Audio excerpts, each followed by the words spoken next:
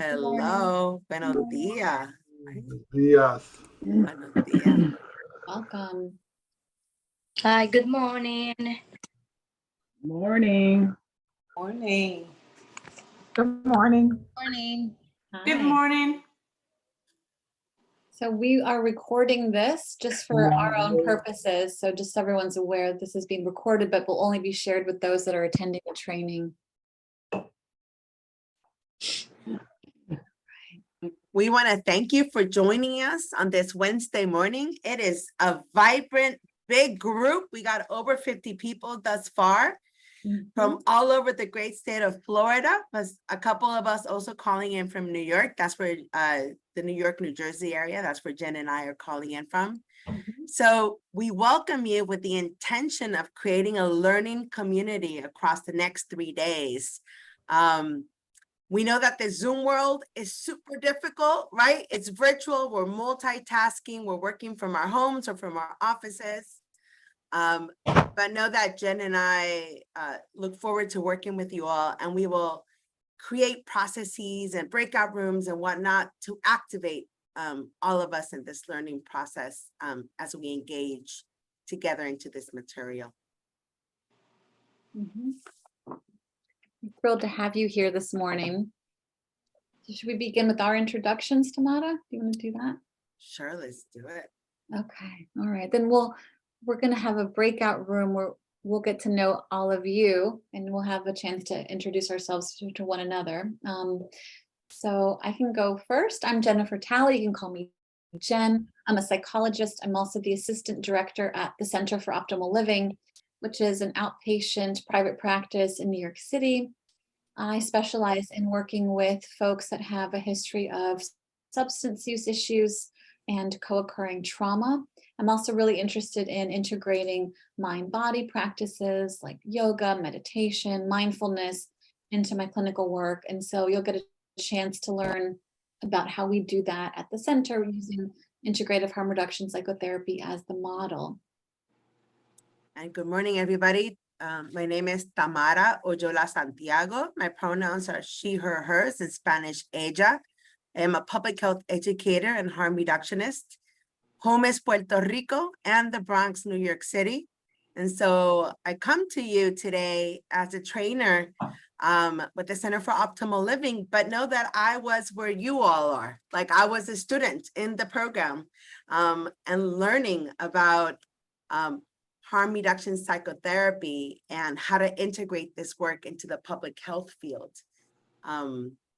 When I am not training or working with the Center for Optimal Living, I am part of a mutual aid collective called Bronx Mobile, and we do harm reduction in the streets, working with people who are unhoused and experiencing housing insecurity and who also use drugs. And so I come to you with that experience of community grassroots organizing, as well as direct service.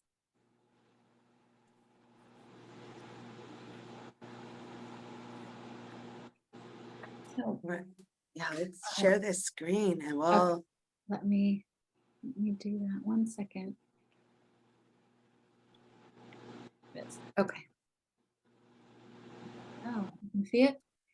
Yeah, we can see it. Okay. Here it is. All right.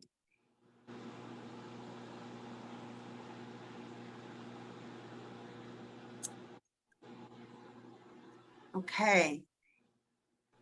So just some reminders as we set the intent of our training together. It is 3 days. The 3 days follow a similar format, and we're going to actually drop into the chat what the schedule will be. That way you can actually plan your days. We're going to be starting at 9:30 in the morning. We're going to have a break from 10:45 to 11. Then we will break for lunch from 12 to 1. And then we'll have another afternoon break from 2:30 to 2:45. And we will end by 3:30.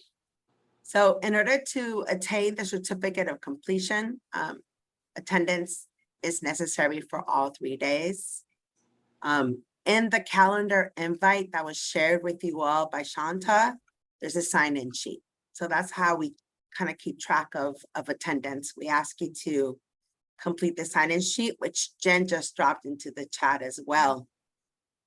At the very end of the training, a survey will be emailed to you. And that basically is needed in order to get the continuing education credits and to receive the certificate of completion. We will record all 3 days. So, and then that will be shared with you. So if you need to review material, or if a particular part of the training was really kind of like spoke to you, you will have the opportunity to revisit by the recordings. The other thing that's really important is that we're all together, right? So part of what we hope to do in this learning community that we're creating is for you all to know each other, right? You're all doing the work in the field. So we encourage you all, as you connect with different folks, to kind of share information and connect with each other. Anything else, Jen? Just wanted to mention that ideally you'd be able to be present with us this whole time, all 3 days from 9:30 to 3:30. Given the size of this training, I just wanted to just let people know that if you can't be here, we understand if you're busy, if you have to, other work obligations, we're offering another training in September. So if you can't be with us the full 3 days, please consider attending our training in September. And you should have been sent a link for that as well. And Shanta Langford, I could put her email here. You can reach out to her to help you with any questions that you might have about switching over to that one if you can't be here all 3 days with us, because we're going to have breakout sessions, role play. So it's great if everyone that's here can really be with us the full time on screen as much as possible. I'm also going to share the class materials with you just in case you don't have access to that yet. You should have gotten it, but I know there were a lot of emails about this. So I just want to make sure that you also have the materials for the training. And so in this folder, you're going to see the handouts, you're going to see readings, you're going to see our slide deck.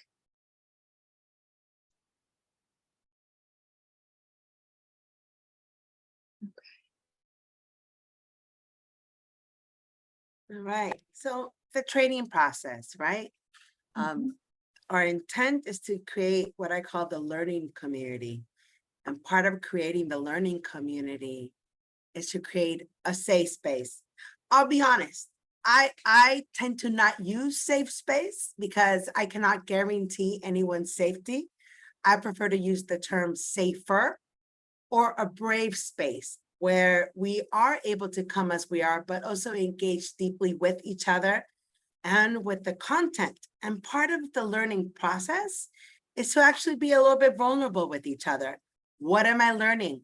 How does this challenge the stereotypes or assumptions that I have around drug use, around recovery, around how do we do this work individually and interpersonally, as well as in community?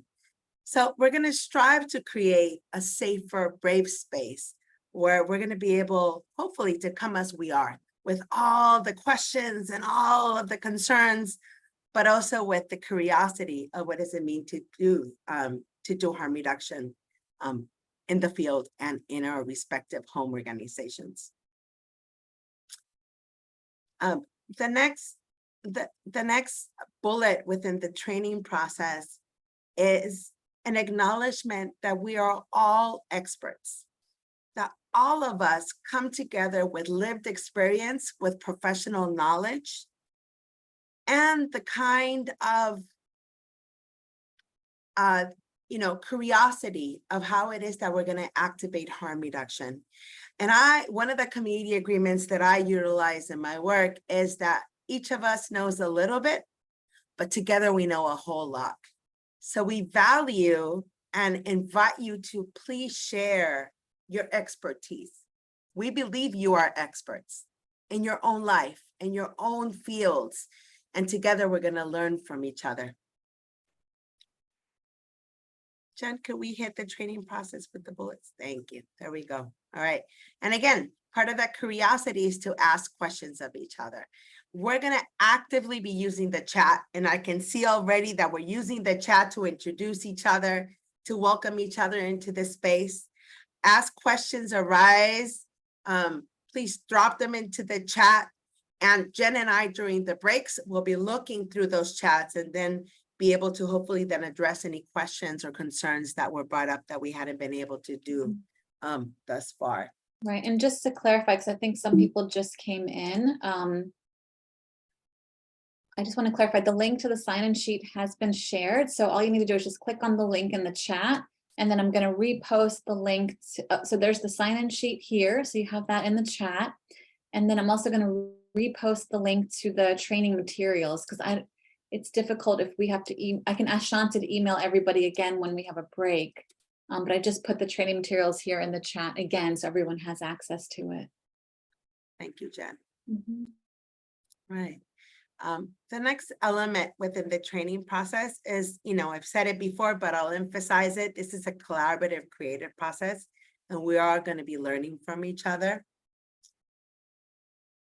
It's 3 days. We're working from home. We're working from our offices. We are navigating the virtual world while also the reality of our lives physically. We invite you to be as present as possible, not just with your head or your mind, but also with your heart, your mind, and your body. Part of it is to practice self-care, to stretch, to breathe, to go to the restroom, right? To grab the food, to grab the nourishment needed to be fully present. We also invite you to keep the camera on as much as possible. As a trainer, I think one of the challenges of the virtual world is when I don't see the humanity of the people in the learning process. And so it's really helpful for Jen and I, and for each other, right? If we can see who we are with in the training process. But also want to acknowledge that at times, you will turn off the camera, and that's okay as well. But whenever you are speaking, right? Whenever you are in a breakout room, in a smaller group session, please be mindful about the intentionality of the humanity of the other people in the learning process.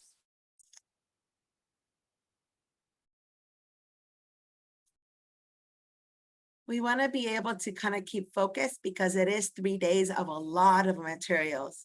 But again, we invite you to use the chat to bring up any concerns or questions that might be peripheral. They may not be necessarily part of what's happening at that moment. But we want to be able to keep the dialogue present and active, right? And again, it's Jen and I doing a lot of talking, but we're hoping that via the chat and the breakout rooms, we will be able to encourage discussion and dialogue among all of the people in this learning community. All right, so I already talked about that. The parking lot is the chat. So that's the way to think about it, right? And last but not least, but super, super important, is that we actually want this to be an open process of open dialogue. We invite disagreement, discomfort, challenges, right? Harm reduction might be new to some of us. Harm reduction psychotherapy might be new to us. Harm reduction from the public health framework, right, might be new to some of us. And some of us, even those of us that have been doing the work in a while, may have questions and concerns about how do we activate this with our clients, with our participants, within our communities. So we invite you all to bring all of that up. We believe it will only add to the learning process.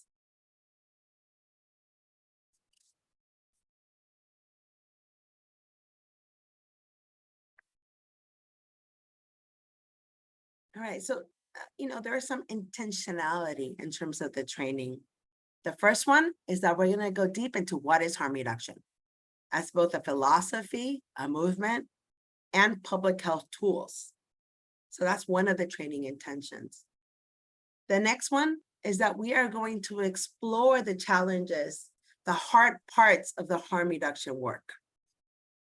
It's not just here it is, but also how do we do it, right? How do we do it as we engage with our clients, with our participants, with everything within our home organizations and our professional roles. Right, so there it is. Explore the challenges, the hard parts of the work itself. And then the next one is that we want to actually also consider the limitations that exist within the addiction treatment field and the abstinence only model. We're going to be doing a critique of sorts, if you will, about kind of like the mainstream current framework of abstinence only. What does it mean? What is its implications in terms of public policy, recovery programs, funding, right? The philosophy or the framework actually then has deep impact in terms of what is available in our communities.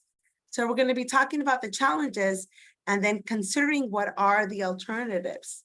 And within that big alternative is this paradigm shift that we call compassionate pragmatism. That is fundamental towards the work of integrative harm reduction. And I'll pass it to Jen. Great. And so the other piece of the training is also going to be focused on what we call the psychobiosocial model. So understanding all the different variables and elements that interact to, kind of predispose a person to make them more vulnerable to problematic substance use and other risky behavior. So we're going to also talk about different models, different ways of understanding the meaning and function behind substance use issues. And we'll also focus on the role of trauma in particular, because as we know, there's often an overlap between complex trauma, developmental trauma, PTSD, and substance misuse and other risky and problematic behavior. So we'll spend some time talking about that and also talking about how to integrate trauma-informed care into the work that we're doing. And then we're also going to then go into the philosophy, the application of what is integrative harm reduction psychotherapy. So it's kind of pulling it all together into this model that really weaves different clinical traditions from relational psychoanalysis, psychodynamic psychotherapy, CBT, DBT, mindfulness interventions, all wrapped around this harm reduction framework.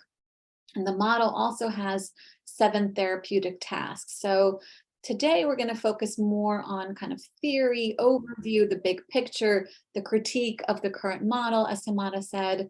And then days 2 and 3 will give us a chance to really go more deeply into the 7 tasks of the model. And so the hope is that by the time you leave this training, you have both kind of a knowledge base, kind of a deep understanding of the philosophy, the rationale, the why behind this model, in addition to having some grounding in how to actually do this, right? So what does this look like in practice? And so that's really our intention, is to make this come alive for you, to help you think through, how do I integrate this into my office setting, my clinical setting? What does it look like to be an integrative harm reduction psychotherapist? What are the ingredients of this work? And so that's really what we're interested in helping you discover with us together during this 3-day training.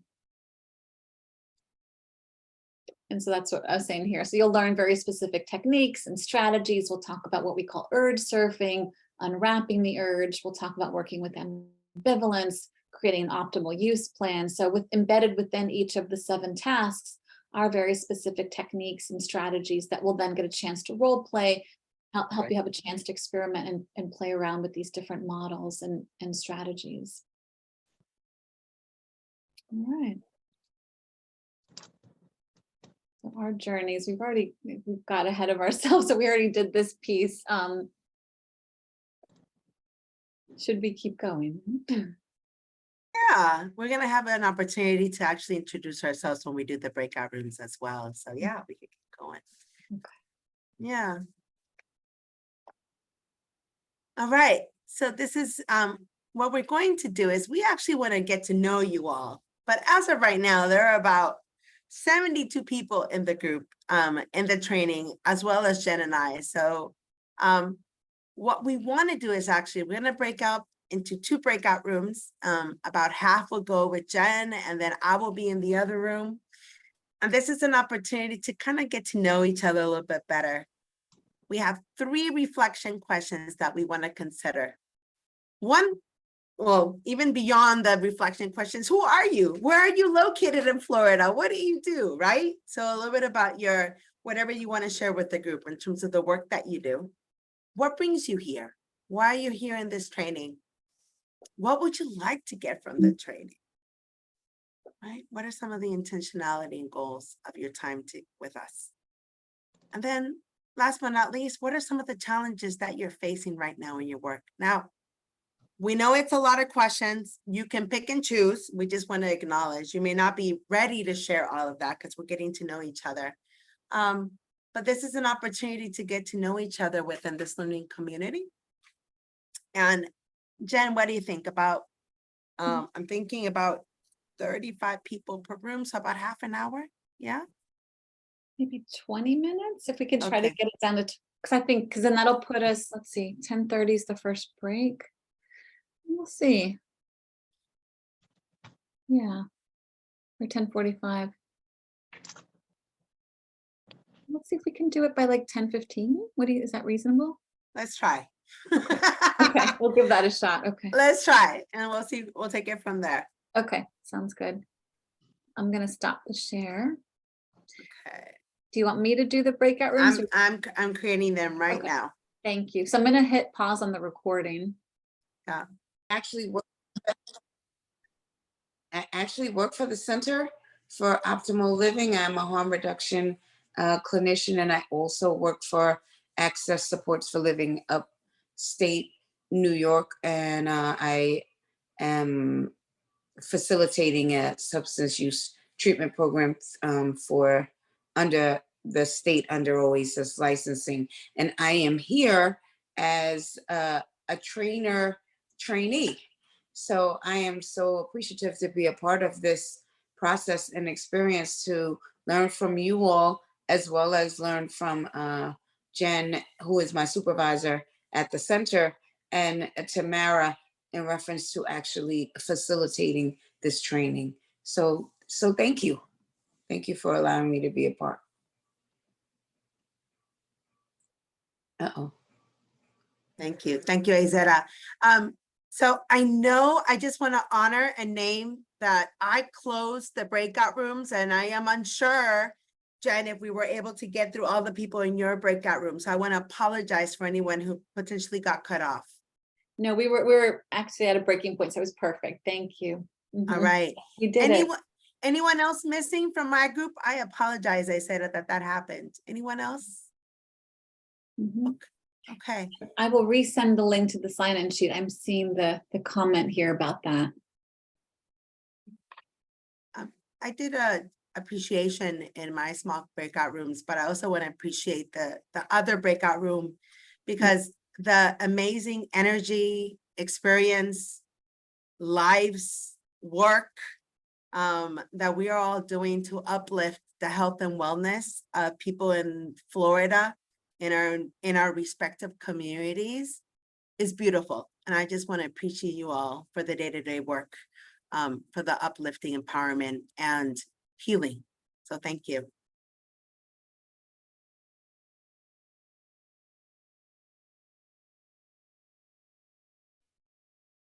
Do we want to take a deep breath and then get back into the slide deck, maybe? Mhm. And then we'll take our first break at 10:45. So we'll have a brief break in this morning session.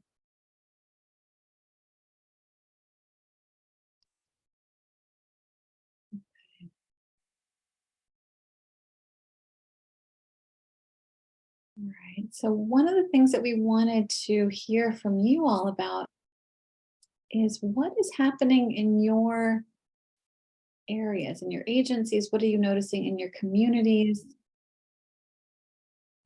Are other people having trouble with the sign-in sheet?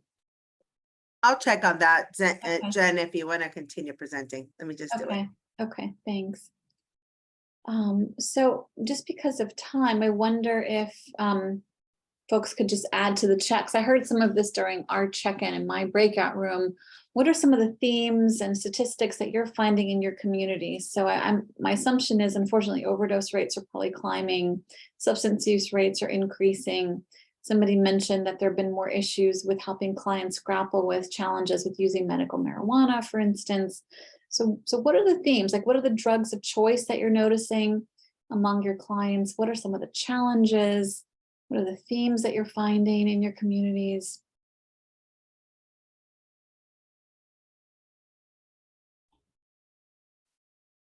Hi, I'm Carlos.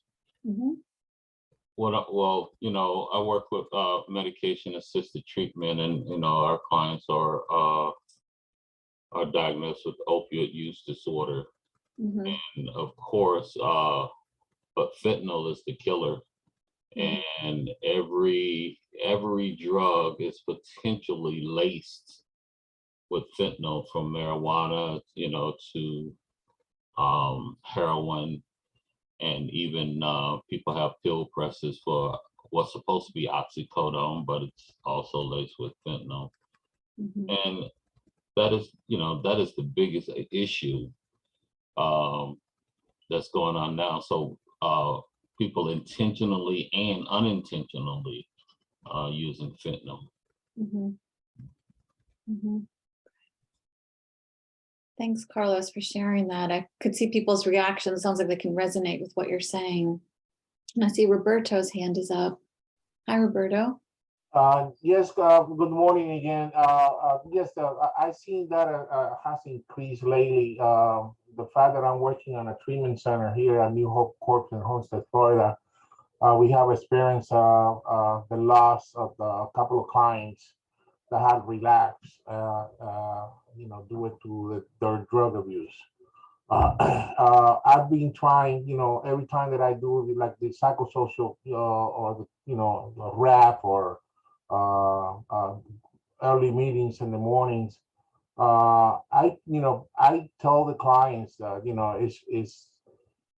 I insist, that if they have the urges, or if they have the triggers, their in their mind, that they have, the thinking that, to go and use, to think it twice, because it's pretty much like right now that box of chocolate and Forrest Gump. You don't know what you're going to get. Carlos, is right when when you have drugs like heroin, oxycodones, anything that is laced with fentanyl, and fentanyl, kills people. Our treatment center, New Hope Corps, has taken and pretty much Kimberly, can say something about it. We have a group of people going into the encampments of homeless. We talk to them. We shared, Narcan. We shared, with them, give them the tools to prevent, to have an overdose. We are not giving needles or anything like that yet, but we are probably working on that. Kimberly is working hard to attain more tools. But here is something, I think I found it traumatic, that the powerful of use of fentanyl and other substance to lace, just to cut off drugs in order to make profits, and it's just killing people. And I'm working with the community too, Florida City, Homestead, working with with mayors, congressmen and stuff like that, just trying to see we can do something different. And that's pretty much one of the issues that we have right now in our community. So thank you for sharing. Thank you. Does anybody else want to chime in? Anything that you're noticing that hasn't been brought up yet? Yeah. Good morning. I'm going to talk about the lack of cultural compliance and treatment resources, information. I'm talking about information that can save lives, like Narcan training, Narcan information, federal information, how harm reduction look like in community of color is totally different. The stigma involved, because when we talk about Florida, we talk about 6 million people that speak Spanish. In Miami's places, they don't speak English, and how affected we have been on the drug world. And we don't have, the treatment center, they don't have track in Spanish. That's insane. You go to a treatment center, even if you have PPO insurance, you go to a treatment center and you speak Spanish and you don't have help, right? They happen, I have a conversation with the people who do the Narcan, for the last 2 years. And they just have released, the form in Narcan in Spanish after a lot of conversations. Took me like 2 years to these people can understand. If my grandmother take this box and it's in English, I'm gonna die because she don't know how to use it. But now, they changing that, and I think it's really important. Respect civil rights and cultural compliance when we talk not only in Spanish. Any diversity, any cultural group need to have the harm reduction adapted to them because we all see this different. Thank you so much.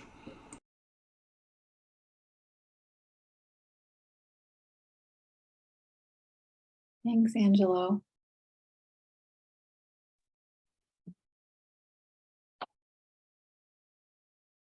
I'll share.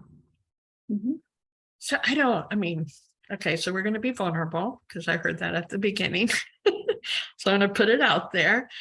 And I don't want to blame it on COVID, but there is a COVID aftermath. And I see it even in my families and the kids. There's kind of the window of tolerance is smaller. Even in groups of people I socialize with and talk with. My son works at a hospital. There's maybe lack of education and training, but his perspective is and he's a medical professional, but he started giving Narcan to the same people who come through their doors all the time to be released and come back. So lack of knowledge, I think low tolerance. And then there's families who they're tired. They're struggling to pay bills. I'm in Sarasota. Rent has almost tripled for some families. So when you're struggling with your recovery or just trying to maintain life, and now all of a sudden your rent is tripled or you're facing homelessness, it's like, why bother? So that's just what I'm seeing.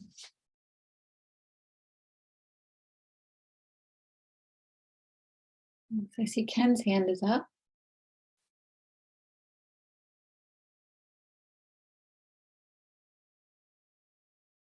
You're muted, Ken. I'm sorry. In my region here, we continue to expand our Narcan distributions. We continue to grow with the needle exchange programs. We're fortunate we have the Florida Harm Reduction Collective right here over the bridge in St. Pete. But we still see the stigma, not only for the persons using drugs, but the persons wanting to explore medicated assisted treatment. We see the emergency rooms are very slow to respond. Higher level education has been very slow to respond to having Narcan even on their campus. I'm making some headways. I've got New College and USF and Nova University now have all agreed to have Narcan on the premise, and we continue to do Narcan trainings there. But stigma, even within the recovery world of AA and NA, needs to be addressed.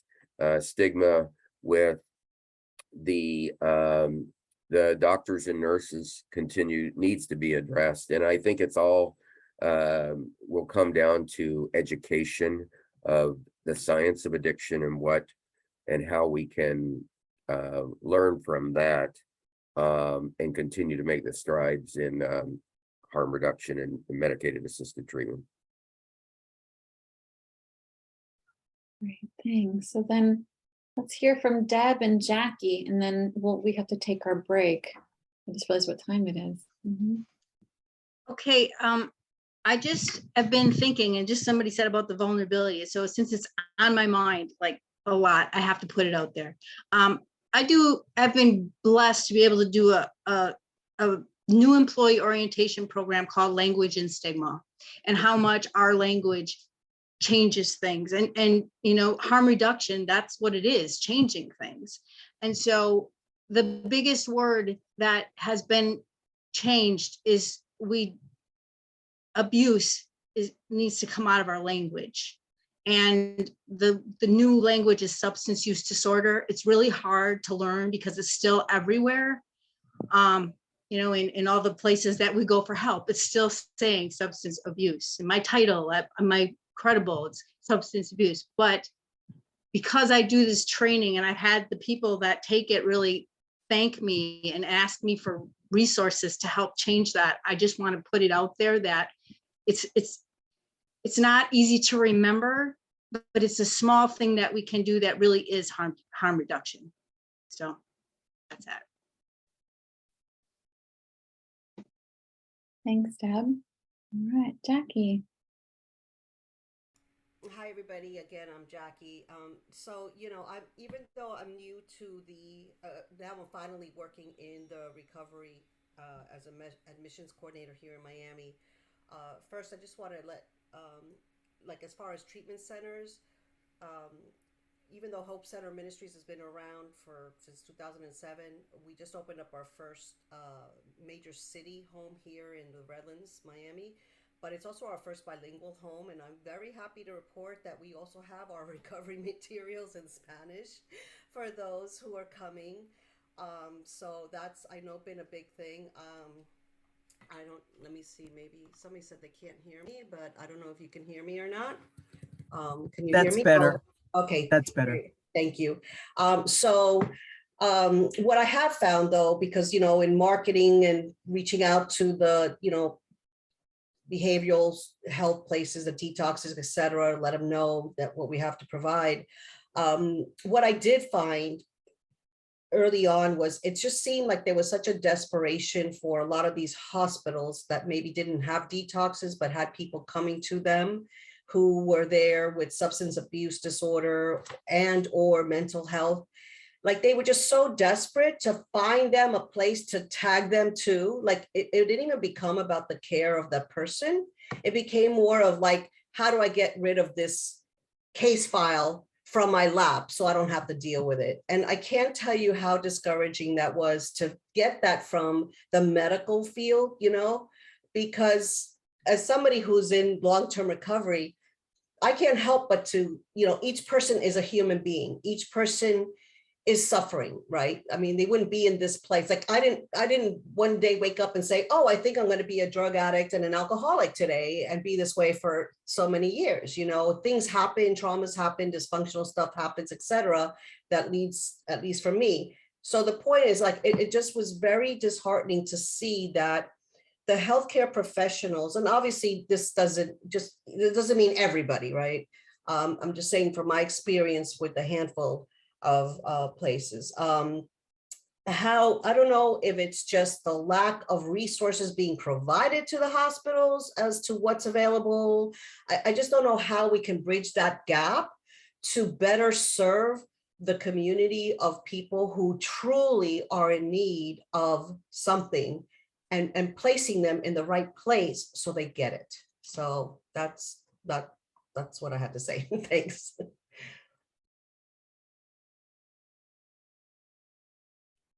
Thank you.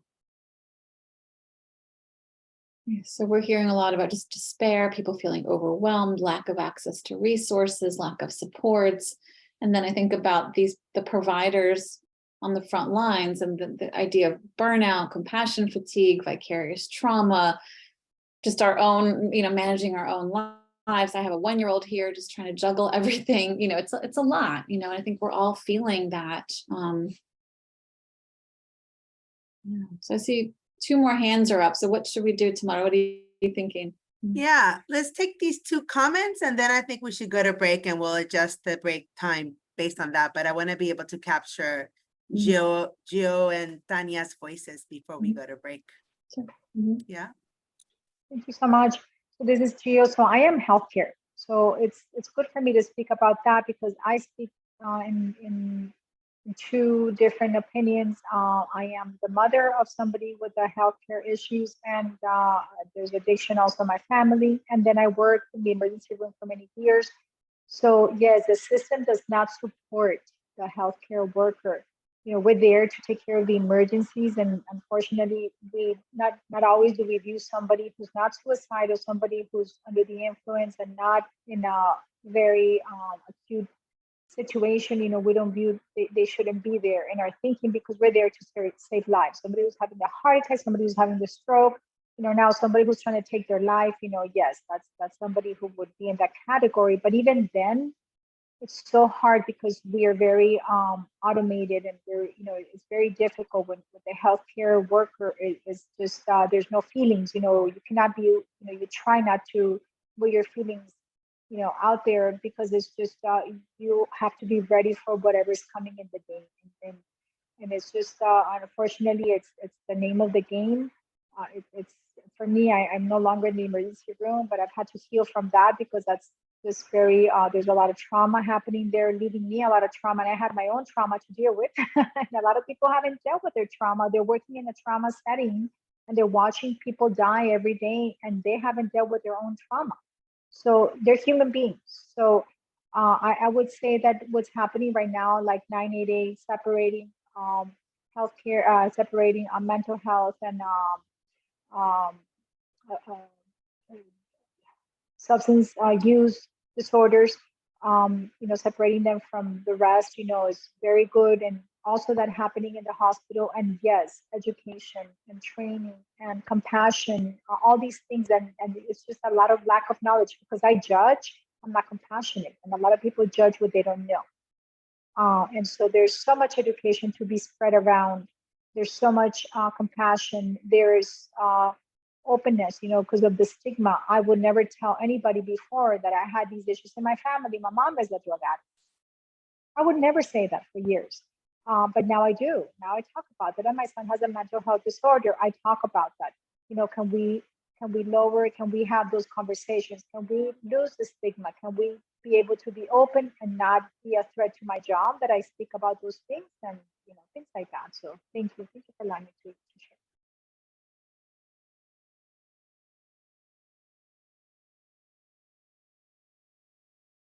Thank you, everyone.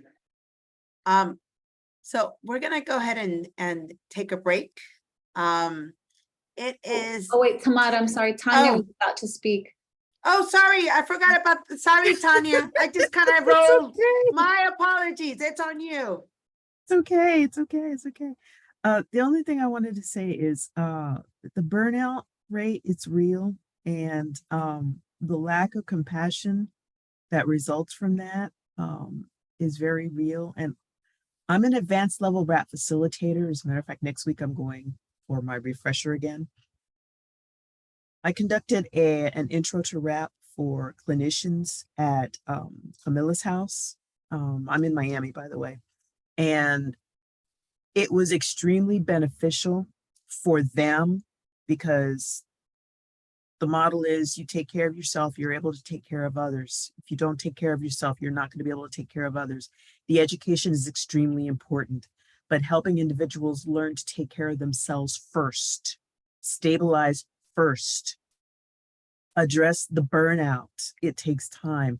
But I would highly recommend it, because when those clinicians took the intro to RAP, they were so relieved at the end of it was only a 2-day course, but they were so relieved, not only for themselves, it gave them an understanding, also more insights into what their individuals were going through, because we also had some individuals that were receiving services in the class with them. So both sides got to hear how the other half, so to speak, lives. And it was extremely beneficial for the both of them, but it also helped the clinicians to open up their eyes and have a deeper compassion. They were being heard, their concerns were being addressed, they were given tools on how to take care of themselves, but then also it helped them with their own practice. So from everything that everyone is saying, I think starting with helping the individuals with plans to take care of themselves, and then educating them on the effects of substance misuse, how it affects the brain, because that's what's causing a lot of the stigma, is not understanding that a person's brain has been hijacked by this drug, by these substances. I'm going to stop there because I can go on and on and on, but just education, self-care, then education is a starting point. Mhm. A great note to end on before the break. Thank you, Tanya. So we want to take a 15-minute break. Yeah, so it's 10:55. So that would make it 11:10. So we'll resume at 11:10. And that'll take us through lunch. All right, see you all soon. Okay.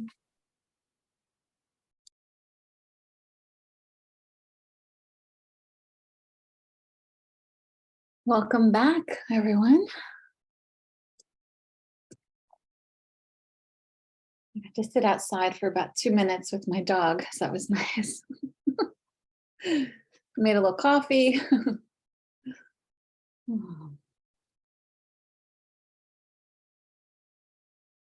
So Ebony wasn't able to introduce themselves, so we wanted to give Ebony a chance to say hello if they're here. I'm here. Okay. Bear with me. Hello.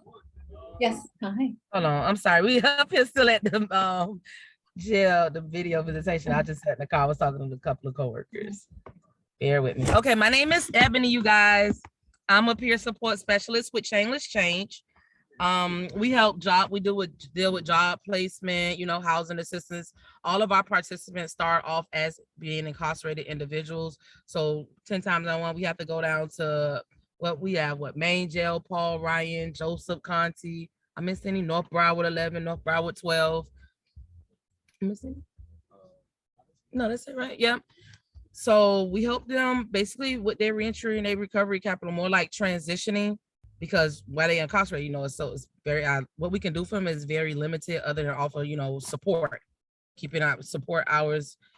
But when they get out, that's when that's when the fun begins, because some of them, they don't have any, they need their affidavit, they don't have ID, they don't have social security, they might need a job, they need a reentry house, they might need to go to a detox. So that's when all the fun began. So we're looked at more as like a good friend. We don't drink, we don't smoke together, we don't do anything but if you want to, better yourself, becoming a better version of yourself, I'm all for it.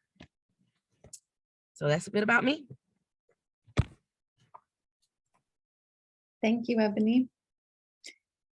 And did we miss anyone else? Anyone want to introduce themselves that hasn't had a chance yet? Please raise your hand, chime in. We'd love to hear from you before we get going again. Yes, hi. I'm so sorry I entered late. I had a meeting beforehand. But thank you so much for being here. Really excited to be a part of this training. My name is Nora Al-Khatib, and I work for the Department of Children and Families, actually for the substance abuse mental health sector of DCF. And I am the Regional Substance Exposed Newborn Care Coordinator. So we have a new project that we're kind of overseeing throughout the state, and I oversee the central region. And it's a new initiative in which we are trying to really be more proactive with our moms that are struggling with, our pregnant moms that are struggling with substance misuse, and just trying to connect them to services and the proper, providers prior to giving birth, and it kind of getting more deeper into the child welfare system. So it's a new initiative. It's been going on for about a year now. But it is something that, we're really starting to see a great impact in our community, and it's really great to be a part of. So thank you so much for allowing me to be here today. Thank you. Thank you.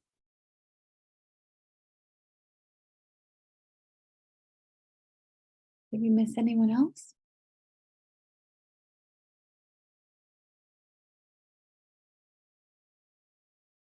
Okay. So our plan is to take lunch around 12, so we'll have about 45 minutes now.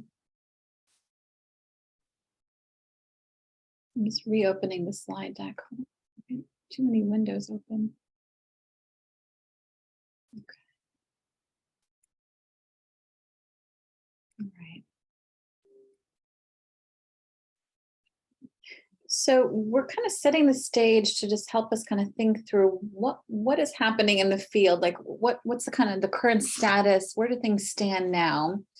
So the problem as we see it is that, about 20 to 30 million people have a diagnosed substance use disorder, and about 100 million have substance use issues without any significant public health consequences that don't meet the full criteria for a substance use disorder. So of that subset of people, only about 10% of those folks feel they need help and say that not wanting to stop their use is the main deterrent to actually seeking and engaging in care. And only about 42% of people that actually go to treatment complete it. So there's a lot here that I'm saying, right?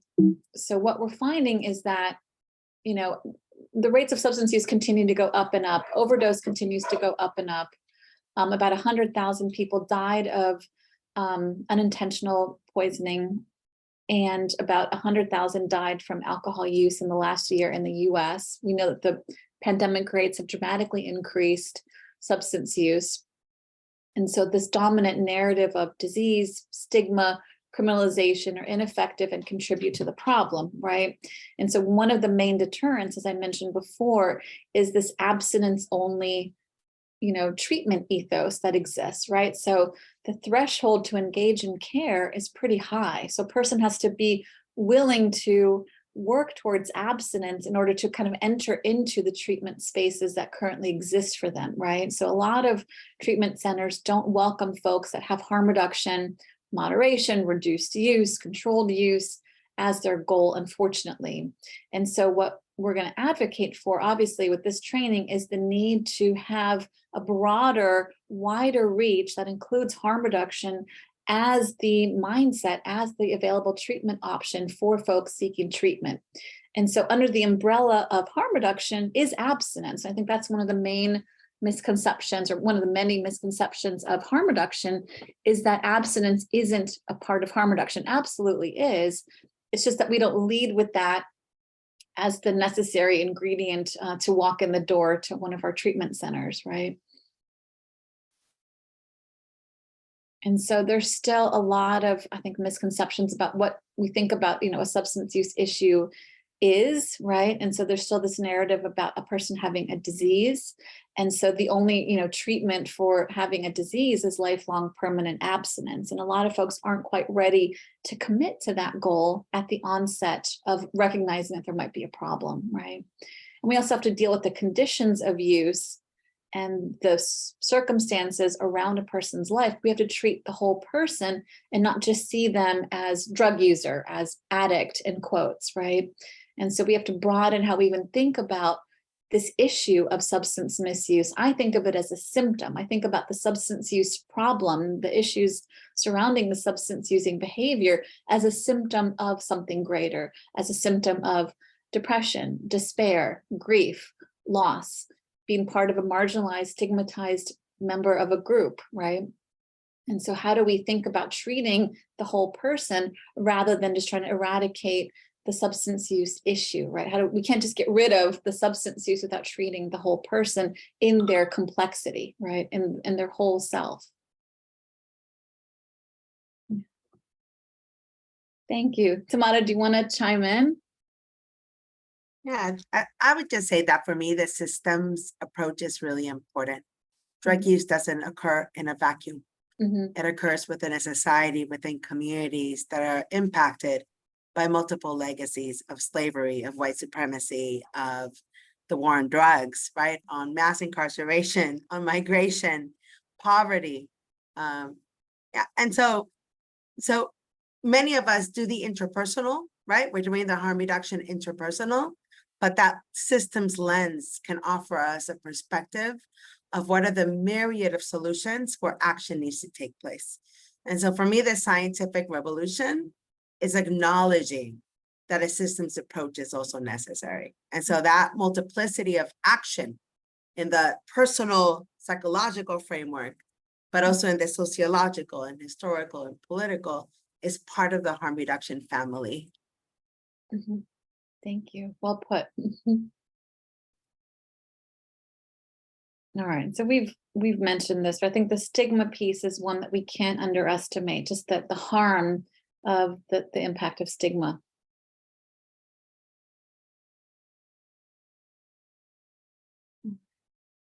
Okay.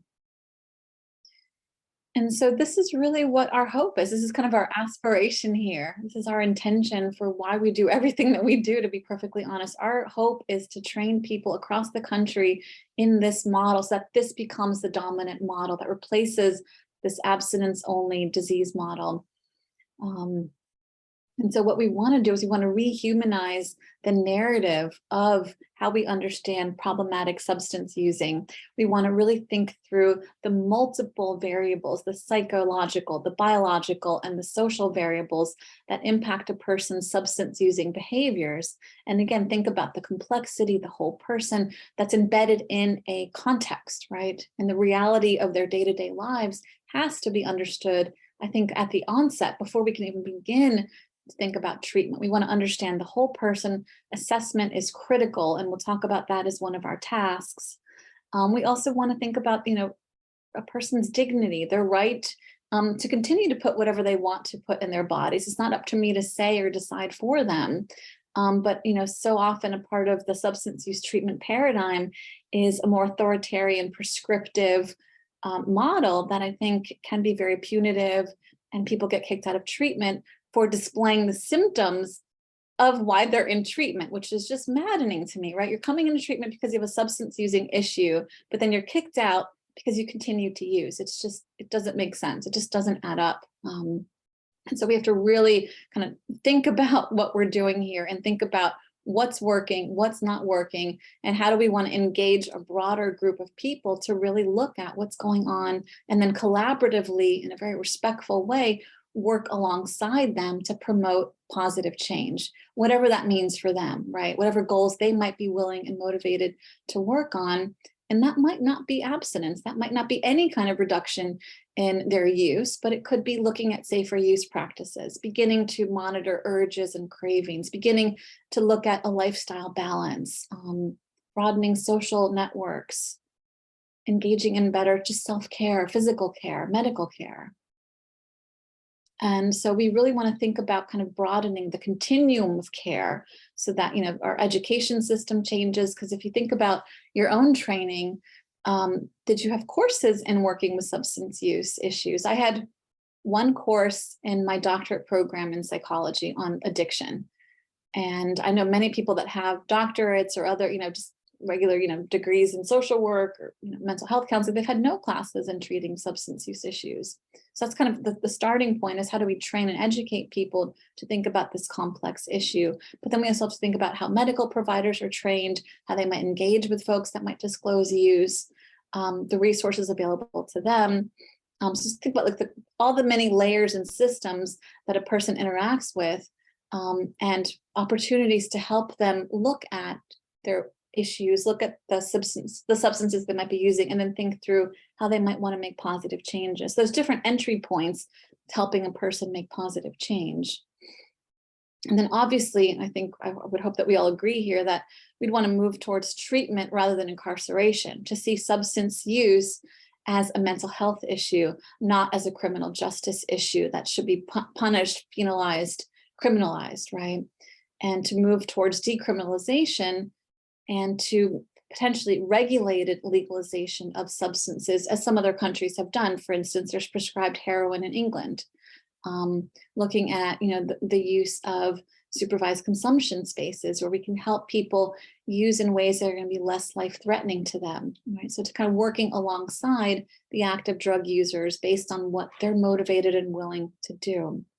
But Tamara, I'm sure you have a lot to say here. I don't know if you want to chime in. Just an acknowledgement that in the next 2 days, beyond today, we're going to go deeper into safer consumption rooms. We're going to talk about MAT. We're going to be talking about what does treatment mean, right? The different nuances of treatment. So know that this is like the introduction, kind of like setting the platform, but we're going to go deeper into the different levels of what we mean by harm reduction informed care. Exactly. All right, so here we're going to talk about this paradigm change, right? So, and I think we're in the midst of it. I mean, that's my hope, is that we're hearing more people use the term harm reduction. So when the Center for Optimal Living opened 11 years ago, us outing ourselves as harm reductionists was still a little controversial, kind of putting that out there, you know, front and center as what we do, who we are. And now I think, you know, you're hearing the Biden administration using that. There's more funding for harm reduction programs. So I'm feeling more optimistic and hopeful, but I know there's still a lot of work to be done. And so I want to break down the term compassionate pragmatism. And so Alan Marlatt is the person who coined this phrase. And he is someone that, if you don't know about Alan Marlatt, I think you might want to look up his work. He developed a lot of different models that we'll be talking about today. He was one of the pioneers of the relapse prevention model. He integrates cognitive behavioral therapy with substance use treatment. And then he also helped develop mindfulness-based relapse prevention, which is a big part of this model as well. So I just wanted to give him a shout out. He sadly passed away in 2011, but I know he was a mentor to Andrew Tatarsky. So in compassionate pragmatism, we want to first kind of think about like this idea of what is compassion, right? So it's really trying to, I think of compassion in kind of like a very simplistic way of trying to put myself in my client's shoes, really kind of turning to them with kindness, with softness, helping them think about how do they tend to themselves? How do they care for themselves during moments of suffering, of discomfort? How are we with suffering and discomfort? How do we take care of ourselves, right? How do we treat people with kindness, with respect, with humility? And then if we think about the pragmatism piece, this is really kind of an evaluation of what's working, what's effective. And so we want to do no harm. We don't want to increase the harm. And sadly, we know that there can be harm in an abstinence-only approach in the form of people not feeling like they can be honest, not feeling like they can safely share what's going on with them, and then dropping out of treatment because they don't feel like they can really benefit from the model that's offered to them because it might be an abstinence-only model. And so in a very pragmatic sense, we have to think about what's working. And what we know from the data, the research literature shows us that clients, participants are more likely to succeed in treatment if they are allowed to select their own goals, right? Earth-shattering information. And it's mind-boggling. We don't do that in the addiction treatment space, but that is what the data shows. And so it's really about what's effective. What's effective is helping people decide for themselves what their goals are going to be, and then working alongside them to both unpack what is the substance use about for you? How do we understand it? And I think about this idea of kind of co-constructing a theory with my clients about how they got here, right? So how do we understand your story? How did we get to this point? What happened, right? What does this look like for you? How do we get to this place where maybe you're drinking daily or using heroin daily? How do we get here? What does substance using represent to you? What function does it serve in your life? And then also acknowledging that it could be helpful, that a person was turning to their substance of choice to look for relief, to look for a benefit of some sort, that it maybe worked in some way or is working in some way. So we don't want to minimize the benefits of their use. We want to understand that and unpack it with them, and also try to understand what's not helpful. What are the harms associated with their use, and how do we work to reduce the harms? And we also want to understand that interplay between psychological, biological, and social variables and how it's expressed through their use. So we come from this place that substance use is meaningful, it serves a function, and we want to help people articulate that, right? And so we want to move from this shift from stigma, right, to compassionate pragmatism, where we're looking towards our clients with kindness, with compassion, with openness, curiosity, and trying to do what's going to be most effective for that particular individual, really orienting the treatment around each person's unique needs. We also want to move away from this all or nothing, black and white, reductionistic, abstinence only, disease mindset to recognizing the spectrum of risk and complexity. So just because a person has a substance use issue doesn't mean that we know the outcome. It doesn't mean that it's going to be this chronic, lifelong, progressive condition for them. We don't know that for sure. But it's not to say that we don't find 12-step programs useful. Some of our clients are engaged in AA, NA, so we're not here to say that those are bad or that they're not helpful. What we want to do is think about broadening the options that are available to folks. And so we know that AA and NA work if abstinence is for the person's goal, and there's a lot of support, and it's a fellowship that people can join, and a community that can, really surround them with support and care. But that doesn't work for everyone. So we have to think about like broadening and having other options available as well. I've mentioned the psychobiosocial model, and we'll talk a lot more about that later on. Substance use is very meaningful as I see it. And we want to move from this abstinence only mindset to thinking about this kind of umbrella of harm reduction that includes many pathways. And so one of the things that you might be thinking about for yourselves is, how do you define harm reduction? We kind of started with that before. What does harm reduction mean? How do you unpack that term? How would you explain that to clients or colleagues, agencies, parole officers, whoever it might be that you're engaging with? And so here I'm drawing from our colleagues at the Harm Reduction Coalition, where they talk about harm reduction as both a set of practical strategies, and it's also a philosophy. It's a set of ideas aimed at reducing the negative consequences associated with drug use. And so harm reduction incorporates strategies from safer use to managed use to abstinence to meet drug users where they're at, addressing the conditions of use alongside the use itself. Lastly, it's also a movement for social justice built on a belief in and respect for the rights of people who use drugs. So the users themselves ought to have a voice in their treatment and how we think about helping them, right? And so I think about our work, the psychotherapy model that we're going to talk about with you here in this training. I think my sense is that it really does bring this to life, that our approach is very collaborative. It's very much about putting the client in the driver's seat of their own change process. It's working to support them around the goals that they set for themselves. And it's having humility as the provider, that the client is going to know what's best for them. My job is to walk alongside them and support them in this positive change journey.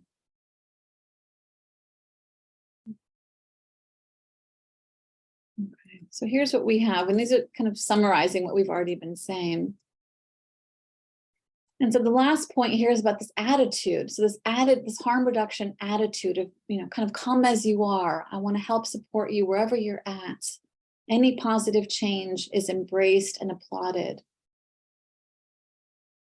And it's also a social justice movement, as we've said. Tamara, at any point, feel free to chime in if you want. Okay, keep watching your face to see if there's anything you might want to say. Okay. And so here we're thinking about compassion and action, right? So additional harm reduction principles. And so as I mentioned, so Dan Bigg was part of the Chicago Recovery Alliance. He was a big pioneer in getting Narcan out into communities. He passed away a couple of years ago as well, sadly. But he coined this phrase, any positive change. So really embracing, applauding any small incremental successes, right? So supporting any reduction in harm without requiring abstinence. So if a person can commit to using a sterile syringe each time they're injecting, that is something to applaud. That is a small positive change that a person is engaging in. If a person is committed to tracking urges and cravings and just paying attention to how they respond to an urge or a craving, that's something to applaud as a small, I talk about like baby steps. What's a baby step that you're willing to take this week? What are you able to commit to this week? What would you like to focus on? And then here, this idea of meeting people where they're at, truly, this idea of radical acceptance.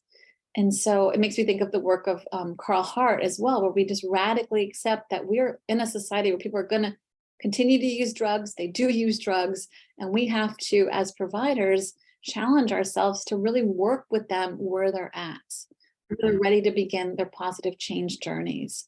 And so at our center, we specialize in working with clients who are still actively using drugs, alcohol, engaging in other problematic behaviors. And so it's really about kind of figuring out how to engage them and figure out a way to help them define what it is that they're aiming for, and then also working towards understanding what is underneath the use, right? And often there's a lot of trauma, there's a lot of ambivalence about change. So there might be one part or one aspect of the person who's very committed to stopping or reducing, but there might be another part that's still very invested in continuing to use. And there's this tension that exists within the person. And it's a very painful dilemma for the person. And so our job is to kind of help stand with them in that space between the part that wants to change and the part that doesn't want to change, so they can give voice to both aspects and then really think through, how do we want to move forward, right? And so I think one of the challenges of an abstinence only mindset is that we don't focus on the part of the person that wants to continue to use. And I think that's something that we do well with this model, is we want to give voice to the part that is not yet ready to stop. And we welcome that part into the treatment. We give voice to that part because that's an important aspect of the person. And so until we understand what's really living there underneath the use, it's really going to be difficult to have sustained changes in a person's relationship to their substance use. I hope that makes sense, but that's how I think of it. And then we've talked about the umbrella of harm reduction. We want to lower the threshold, lower the bar for participating in care, and really working to adopt this harm reduction attitude of non-judgment, empathy, compassion, curiosity, kindness. We want to support gradual, incremental change, not quantum, dramatic change. We want to work with the person at their pace. And then these are the, this isn't an exhaustive list, but the principles of collaboration, compassion, empowerment, acceptance, respect, and curiosity really are a big part of this model, really are kind of underlying everything that we do. And I hope it comes across in this training, which we'll see as we get through it.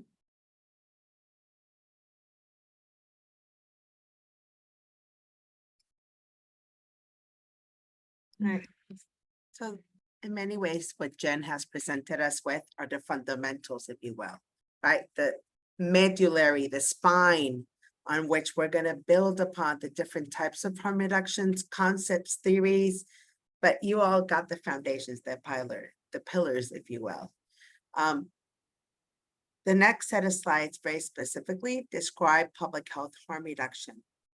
And as Jen shared earlier, we are in this very interesting time politically, where people in power are actually talking about harm reduction for the first time, right? At the federal level, was a commitment that came through the Biden administration and translated into funding through SAMHSA.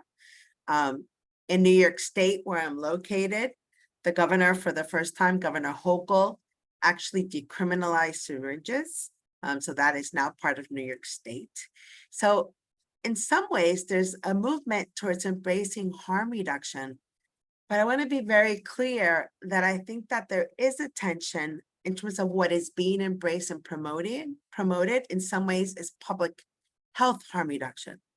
I don't know if we're there yet in terms of the philosophy of harm reduction, in terms of embracing what we mean, right? In terms of mental health treatment instead of mass incarceration, or how do we end the policies that impact drug policy? But I don't know if we're there yet, but I do think that we are embracing public health harm reduction right now in this moment. And so what do we mean by public health harm reduction? Again, there's different flavors to it. And so the first one that's listed is what we call honest drug education. I'm going to name it that I grew up in the say no to drugs framework, the Nancy Reagan, the this is your brain on drugs, and the fried egg on a pan with oil sizzling was my first experience of drug education. And the truth is, we know it doesn't work. The just say no message does not work for teens and teenagers. And I know that when we were doing the breakout room earlier today and introducing ourselves, there's a lot of you that are working with not just high school students, but middle school students.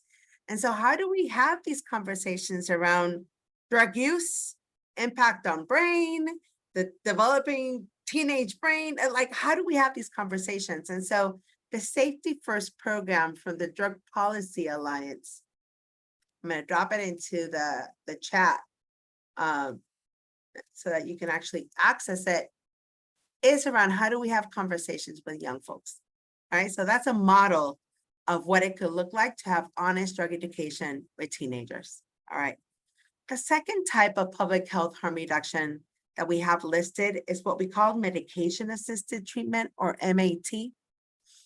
And again, I know that there's been a shifting of language around MAT.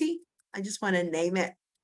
I'm drawing a blank on what the new terminology is, but I'm going to drop it into the chat. This is the SAMHSA link on what is MAT.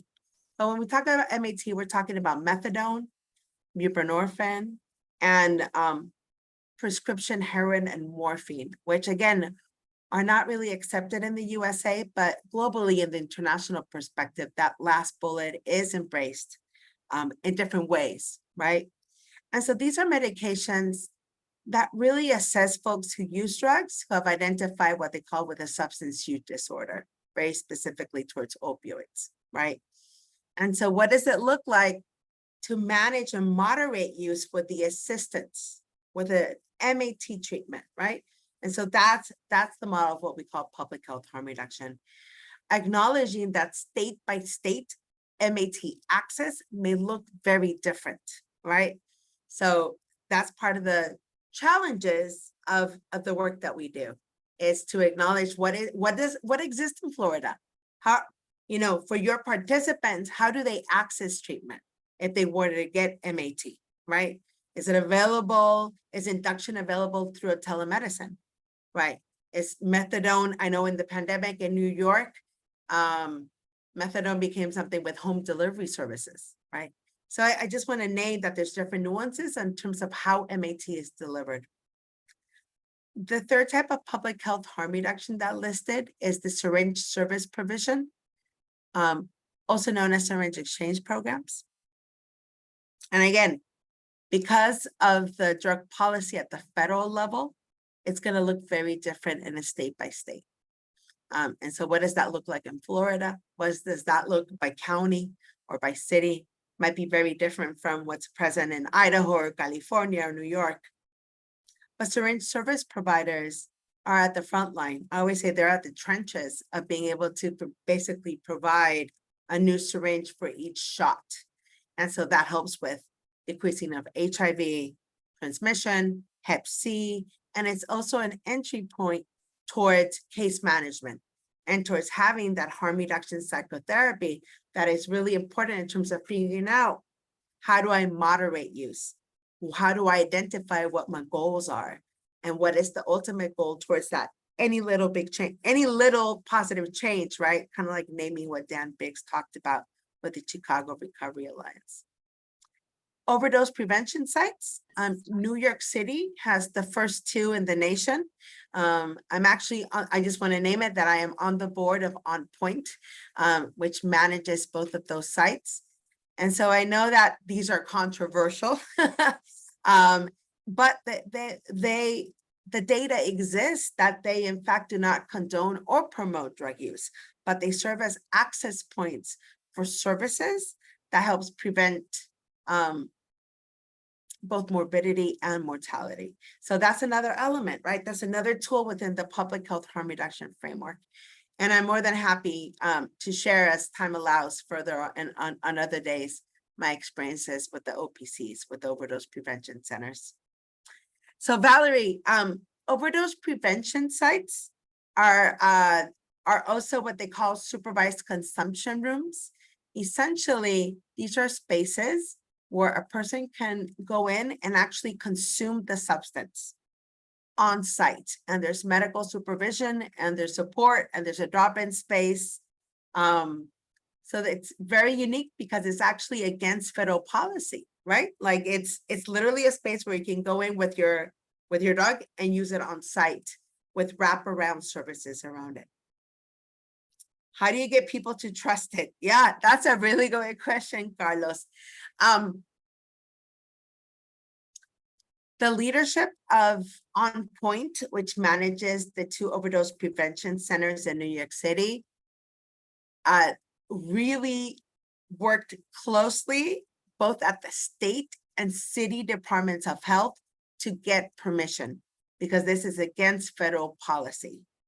They also work very closely with the New York Police Department in order to kind of like assure that people would not get arrested going in or out of the building. So I will say that it requires a lot of public liaison, community relations, and buy-in from the state and city departments of health. What we know at the federal level, and I'll just share this and then we'll move on. Again, we can talk about OPCs on other days as we go into that. But what's happening at the federal level is that the Department of Justice is basically, we are awaiting results from the Department of Justice in terms of their, I'm trying to use the right language, but there's something called the crack house statute that basically prohibits drug use on site. And so there's a decision that we are awaiting from the Department of Justice about whether that will be enforced. I just want to name it that's what's happening at the federal level. And I'll drop some links into the chat about what this is happening, but there are several states of the union, including California, I think Rhode Island. There's some work out of Philadelphia and Philadelphia and Pennsylvania about states and cities that have said, I will open up an overdose prevention center as soon as that Department of Justice decision comes down. So I think that we are basically at the brink of seeing what this could look like at a federal level, as depending on the DOJ decision. So again, I'll add more links into the chat if you're interested in this. And then the last thing on the slide is drug purity testing. This is essentially really widely available. I know that in Florida, Dance Safe and the psychedelic community seems to be at the forefront of this work, but at festivals, at music festivals, you might have a team from Dance Safe that's actually testing the substances, like if a young person or a participant thinks that they bought MDMA, so they might be on site testing the MDMA to identify what are the different drugs that could actually be in there. So drug purity testing basically is a tool to really figure out, because there's an unsafe drug supply, right? To really figure out what people are using. All right.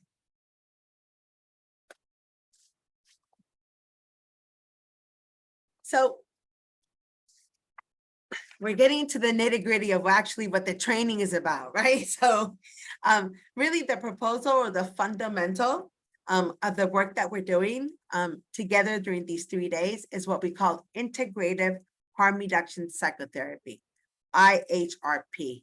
And this was developed by the Center for Optimal Living, and there are steps to it. So what we will do is literally describe what is IHRP and what are the different elements within it during our time together. So within this integrative harm reduction psychotherapy, we want to clarify the meaning and the function of drug use, right? It is particular, drug use is particular to each individual based on our lived experiences, family dynamics, community experiences. So my consumption of a drug might be very different from somebody else's, right? So what is the meaning behind my drug use? What does it do for me, right? That's the function. What does it do to me in terms of how I live, coping? How does it impact my family dynamics and my interpersonal relationships, right? So when we engage deeply with this harm reduction psychotherapy model, we want to go into what does it mean? And what is its function in a participant's life? Within the integrative harm reduction psychotherapy, we're going to be looking at that positive change. We're going to be looking at behavior, and we're going to be in this therapeutic relationship talking about what are the strategies to actually promote that positive change? How do I reach my optimal best self? Integrating the different meanings and functions of drug use, right? And we think that it's really important as we engage into the exploration of behavior and behavior change to talk about ambivalence, to talk about what are the challenges that I might have as I think about what I want to change and in which ways I want to change. Part of that is to be mindful, to really be able to embrace that pause, that respiration, right? Of let me think about this. Let me actually be uncomfortable for a moment, right? And so with the mindfulness is that we're going to learn about different techniques that we can utilize to pause, to reflect, to consider alternatives that can then drive, right, or feed into the positive behavioral change around the problematic behavior. And I just want to name that we've been talking a lot about drugs, but it could be sex, it could be gambling, right? Problematic behaviors aren't necessarily around drugs alone. So the integrative harm reduction psychotherapy can be utilized for problematic behaviors across different categories.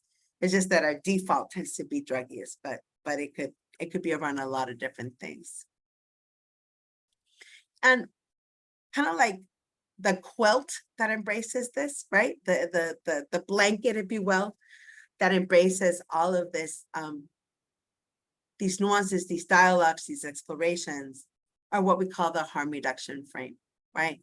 It is this framework of how do we mobilize with kindness, with compassionate pragmatism, so that we can then move towards positive change. And that, again, it's not necessarily abstinence of the behavior, but it's how do we moderate and manage it where the participant decides what the change is, right? So it's really about giving a sense of agency, of empowerment, and of naming what will change in a way that it is participant-centered, it is participant-decided, and it is participant-driven.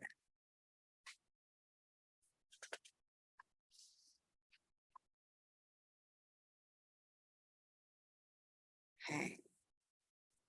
So within this integrative harm reduction practice, there are 7 specific tasks. And really this slide is outlining for all of us. It's outlining for all of us what are the things that we're going to go deep into, right? And we're going to start to go deep into this after the break, after lunch. But we want to be able to present to you all before we go to break, what are those 7 therapeutic tasks that are part of IHRP. And so we're going to stop at the top, right? And then in a way, then we're going to move clockwise. Really important in this integrative harm reduction relationship is what we call the therapeutic alliance. We want to be able to basically create a trusting relationship that is exploratory. And in order to do that, we need to be able to create a therapeutic alliance between the person that's providing the services and the participant. Now you have two very different perspectives between Jen and I. Jen is a psychologist, right? So she enters this integrative harm reduction practice, right? As a clinician, right? I enter the therapeutic alliance and this process of IHRP as a non-clinician. I am a public health educator, right? But these are tools so that all of us in this space, whether you are a peer specialist, a psychologist, a case manager, can create what I call a therapeutic space, even if you're not a clinician, right? And so I think this is really important because it talks a lot about the silos that exist within our world, right? It's almost like you're a psychologist, you can do this. You're a public health educator, you do this, right? But part of what we're doing with IHRP is that we're saying these are tools that are accessible to us regardless of credentials, regardless of what you're doing in the field of supporting folks towards their wellness, right? So I just kind of want to name it, that You're getting two different trainers, and yet we both use IHRP because all of us can create that therapeutic space regardless of our education and roles. All right, so we're going to go deep into what are those tools within the Therapeutic Alliance? How do you create that space, right? And then after that, we're actually going to move into the relationship itself. In fact, that Therapeutic Alliance is the baseline for a conversation, for a relationship that can heal. That we're going to be working together where it is participant driven, right? But we're going to be working together towards identifying those changes towards what you decide are your goals, right? Part of this process is what we call that management, that self-management. We're going to look at how do you embrace ambivalence? What are the coping strategies that you can utilize that are a little bit healthier, right? How do we create those baby steps where you are literally thinking about how am I going to surf the craving? How am I going to manage difficult situations that would typically trigger me, right? So part of that case exploration can only happen if you trust me, right? It can only happen. I can only share with you when I'm going to be vulnerable around my problematic behavior if I can actually trust you within the Therapeutic Alliance, right? So we talk about the relationship of the Therapeutic Alliance being healing because we're actually taking risks with each other. Part of all of this is that there will be ambivalence. Change is hard. There are rituals, there are relationships, there are lived experiences that influence how we approach our life. And so identifying through the alliance and through the relationship that can be healing and through how we're going to manage all of this is part of also talking about ambivalence. How are we going to do this, right? We're going to talk about family dynamics, social support networks. We're going to talk about public health tools that can be brought in, right? We're going to be talking about all of that. All right, so I'm at the bottom of the circle, just kind of like name where we are. And then through all of this, we're going to be setting what are the goals? What are the goals, right? And again, the goals can shift as the Therapeutic Alliance builds upon each other and as we figure out what the different smaller goals are, right? What we want to look at is the scaffolding of knowledge, skills, and abilities towards optimal health and wellness that is participant driven. Okay. And then last but not least, remember that it's a cycle. So we identify goals, we go towards any positive change, and we start over again. It's a cycle that can take time. And these are all of the different tasks that we're going to be doing together over the next 3 days. Anything to add, Jen? Not that I can think of, but like I said at the very beginning, my hope is that this will really come to life and that as we're going through this, my hope is that you're listening with this ear of like, how do I take this and make it my own, turn it into my own kind of way of working with clients? That's what I would encourage you to be thinking about. How will you make this your own, turn it into your own language? Absolutely. And I was just looking at the chat. Thank you, Delia, for adding the Never Use Alone link. That's available nationally. And it's basically a hotline that if somebody's using, they basically can call in for a check-in and support so that they can hopefully help prevent an overdose.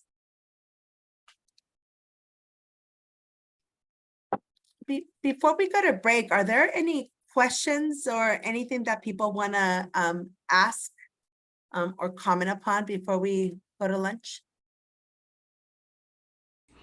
Yeah, I got a question, Tamara.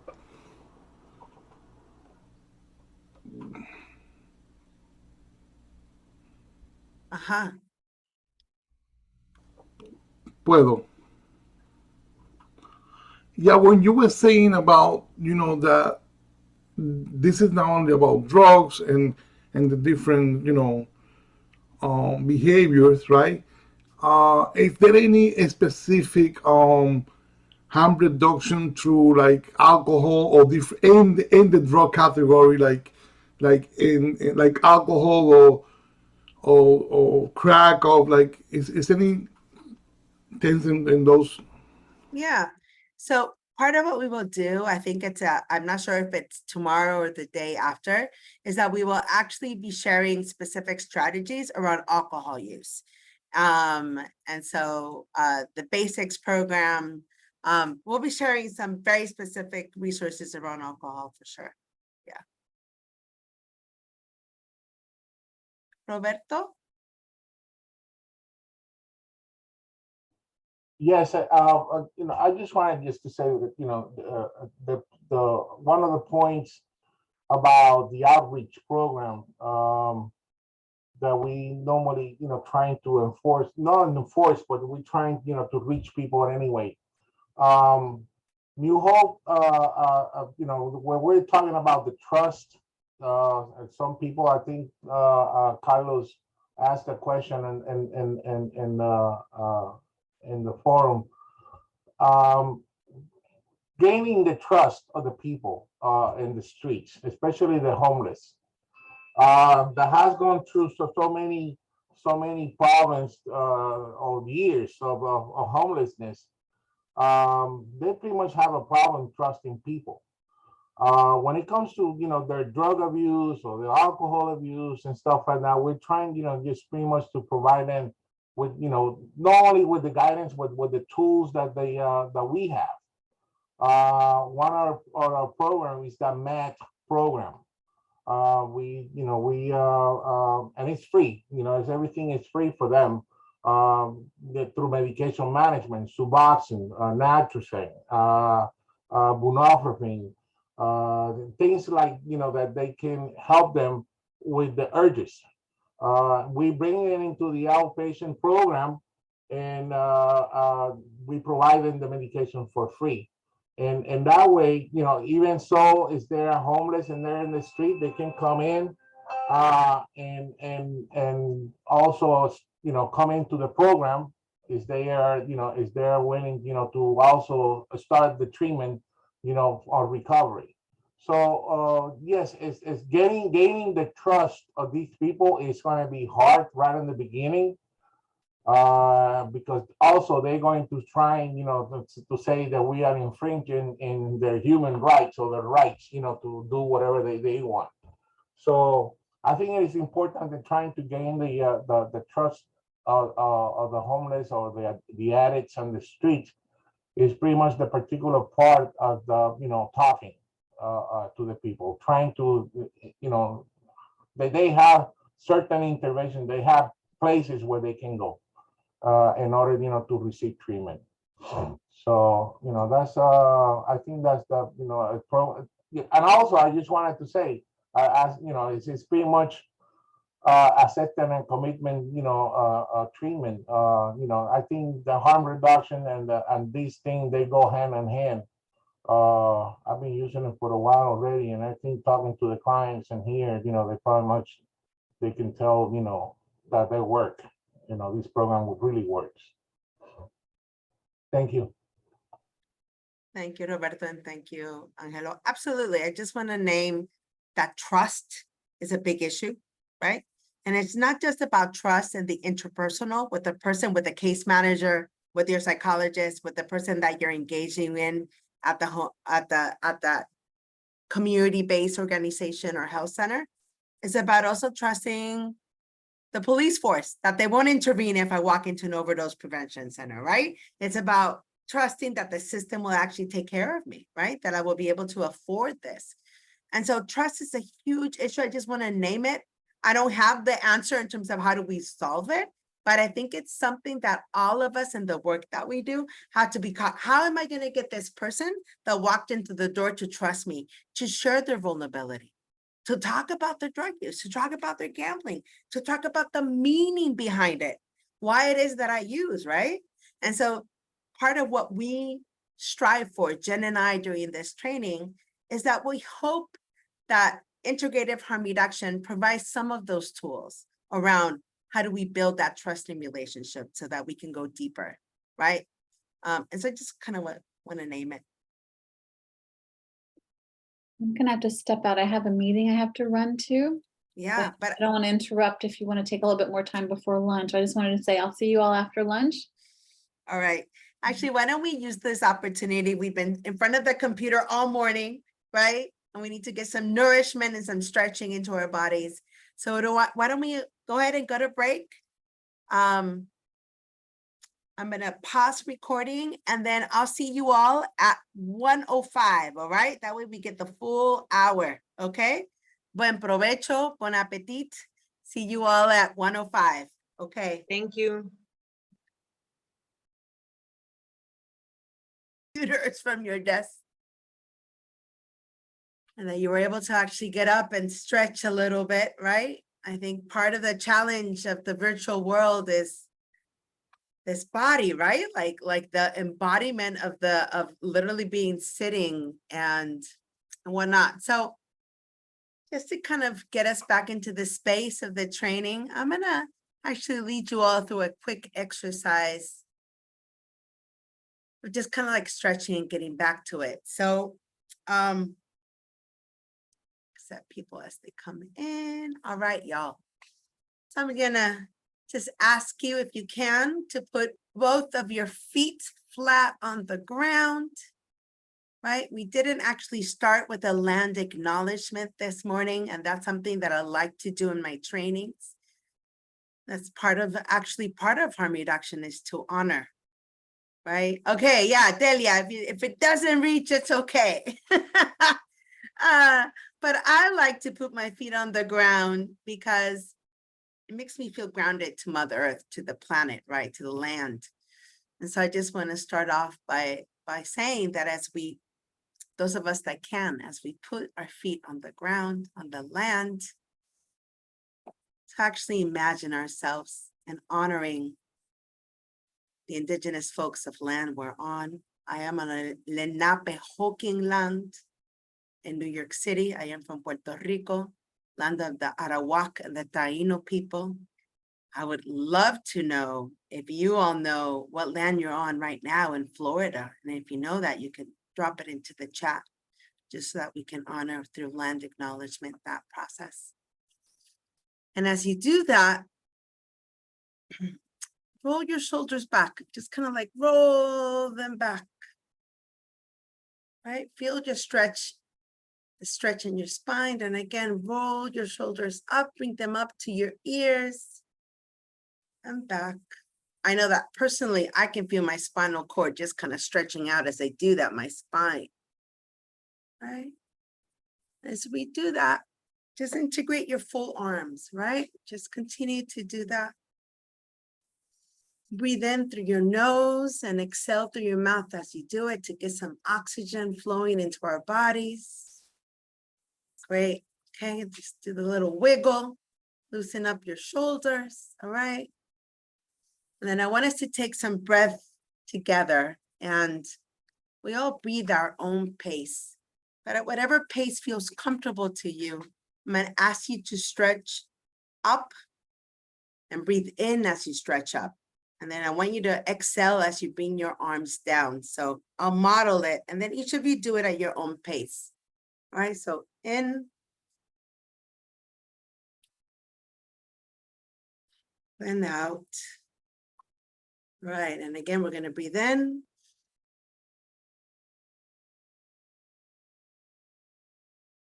And out. All right, and one last time. And this time when you stretch up, just kind of extend your arms as much as possible up. In. And out. All right, thank you for doing that with me. I think being aware of our bodies is a good way to start not just this training, but sometimes we need to do that even when we're on one-on-one sessions, right? So if you see that somebody's coming into the space, whether it's an individual or a support group, and they're feeling a little bit rattled or not completely present, taking the time to just kind of pause and breathe and stretch is part of what we can do to create the therapeutic space. That's part of the harm reduction psychotherapy. All right. So we actually, coming back from the break, want to ask you all a question. The question we have for you is, what are the challenges of your work? What are the hardest parts of the work that you do when you're engaging with folks and you're trying to have that conversation or have that session or engage with them around their high-risk behaviors, right? All right, Carlos, we got it. There's thunderstorms. All right, Nicole, yeah, go for it. I would say one of my challenges is like my biggest challenge is getting my clients to commit to a harm reduction plan. You know, we'll talk about it, and obviously a lot of the work is done outside of the therapy session.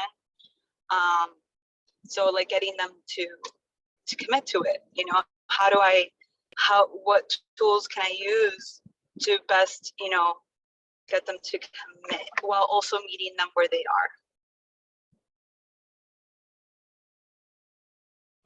I think this was. Thank you, Nicole. Really quickly, I see that Danielle's hand is raised, so I'm just going to go into the order. So if you want to participate, if you can hand your raise, and then I'll just call it in order. So Danielle, and then we can go to Izera, I think. Yeah.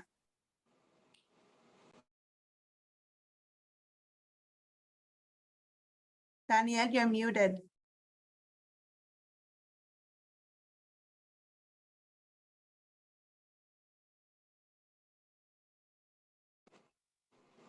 Oh, we still can't hear you, Danielle. Make sure that Zoom is selected your headphones.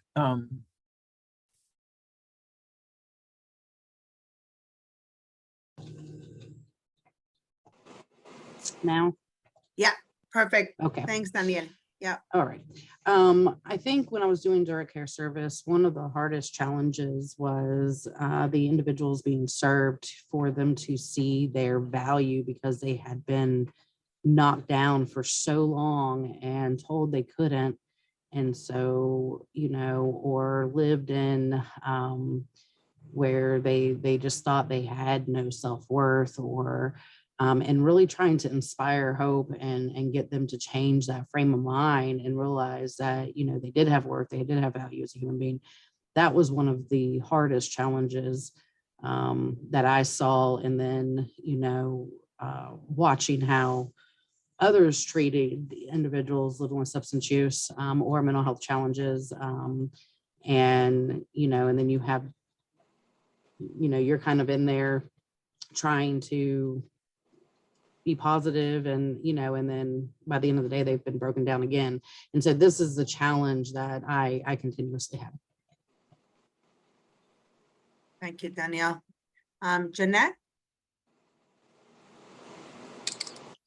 So my program is working with kids during a weekend camp. So my biggest challenge is getting the caregiver, which is typically a grandparent or a sibling of the family member that struggles with an SUD, and getting them to get their campers to the camp, to understand that they even have a kind of a participation in this idea of family addiction, that it's just not the user, it's not the person struggling with substance use disorder, but they also have a role in that family dynamic, and trying to get them to understand their role, their participation, and the importance of them to get their little kiddo to the camp. Great. Thank you, Jeanette. I just want to kind of name, I think Izera, you were going to participate before the hand raising. Am I right about that? I apologize. I just wanted to respond, and I don't remember the person's name, but just to continue to reinforce every small achievement, every small accomplishment, like Jen was saying, and that will move it. It seems like it's not moving the dial, but it is moving it. It's moving it forward. Just keep acknowledging accomplishments. And that is relevant to almost everyone, each one of the three people that shared, even the caregivers, that whenever they can get them there, just to acknowledge that accomplishment of them being able to make it however they were able to do it. Thank you. Thank you, Iseta. All right, next I have Diana or Diana. Yes, hi, can you hear me and see me? Okay. For our program, so we're a housing first program, and we provide housing assistance for our clients. So one of the challenges that I face when I meet with them, when I do my intake, is for them to listen, because I think they're so excited about being housed, getting housing, that they just want to go and talk about that. But when we address their issues, like drug, dealing with drugs or dealing with other problems, I feel that sometimes they don't want to talk about it. They don't want to listen to that. And that's a challenge, because that's a part of the intake. And then once I start working with them, that we make that a goal. One of their goals to maintain housing, to obtain housing, is to address those issues. And with our program, again, we can't force them to seek treatment. All we can do is encourage them. And that's, again, I guess what I'm trying to learn from this training is, what can I say to them to make it, for them to want to seek treatment. Great. Thank you, Diana. Roberto, I have you next. Yeah, I think, can you hear me? Can you hear me? Yeah. I think there's there's many parts of and that becomes an issue when you're dealing with substance abuse disorder, mental health disorders, chronic homelessness. And the fact is that many people have lost the trust on other people, especially people that are trying to help. And I think I found myself, in that dealing, because many of the clients that comes through New Hope that are homeless, they have stated that they don't trust people. They have, very, very little trust, because they start out by, okay, we are going to do this for you, and we're going to do this for you, and you're going to go into treatment, and we're going to find you housing, and we're going to, and there's a whole bunch of promises that we cannot just go into until we tackle the problem. Especially when they have the problem with substance abuse. If the person is going through homelessness because of the substance abuse, it has to be dealt first, because the person has lost the housing due to his substance abuse. And we have to pretty much trying to, to tell them or talk to them, treat it, for that particular issues first. Before you can get housing, we cannot just go ahead and promise, oh, you're going to go into this treatment center, and we're going to help you, getting your Social Security disability, and we're going to do this for you and do this for, and sometimes they end up getting nothing. Half of the time, I seen them walking through the front door and leaving through the back because, they have, trust issues. And we have to pretty much trying to gain that trust with the person. So he's committing, to do the treatment and maintain sobriety in order for them, to start getting the process, of getting like benefits, financial assistance, housing. But, first of all, he needs to be dealt first with his addiction and other mental health problems. Because without that, the person is not going to move forward.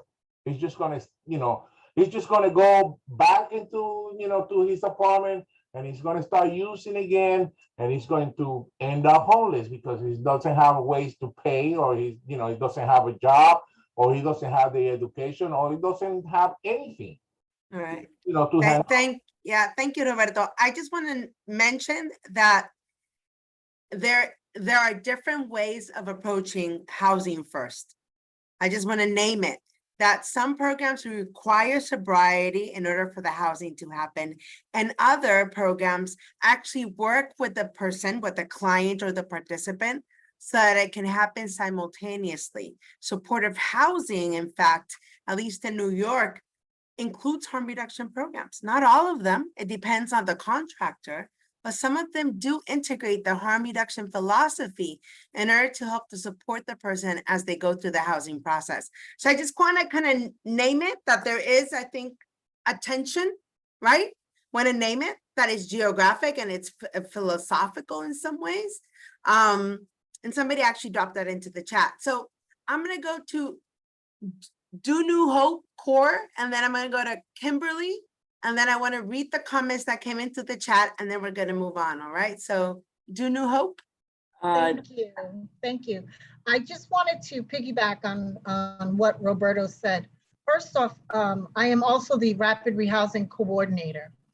So we do work simultaneously with our clients. We do not require them to be in complete sobriety before we house them. Once we house them, then we begin to work on the recovery process. So that is not a requirement in order for us to house them. One of my biggest challenges is for my clients to obtain accountability. That's extremely hard for me to get them to realize the mindset. And I totally get the disappointment in the system, because the system does not listen to our clients, and the system does not necessarily always give them what they need. So I totally get it. I'm totally empathetic to that. However, I do think that it's most important that our clients take accountability, because if they don't, then we can't help them grow and move forward. That it's not just the system. They also have to set their goals, stick to their goals, and and speak for themselves, advocate for themselves. So that's what we try to do at New Hope, is to get our clients to take accountability and to sort of teach them how to advocate for themselves when they do think that the system has let them down.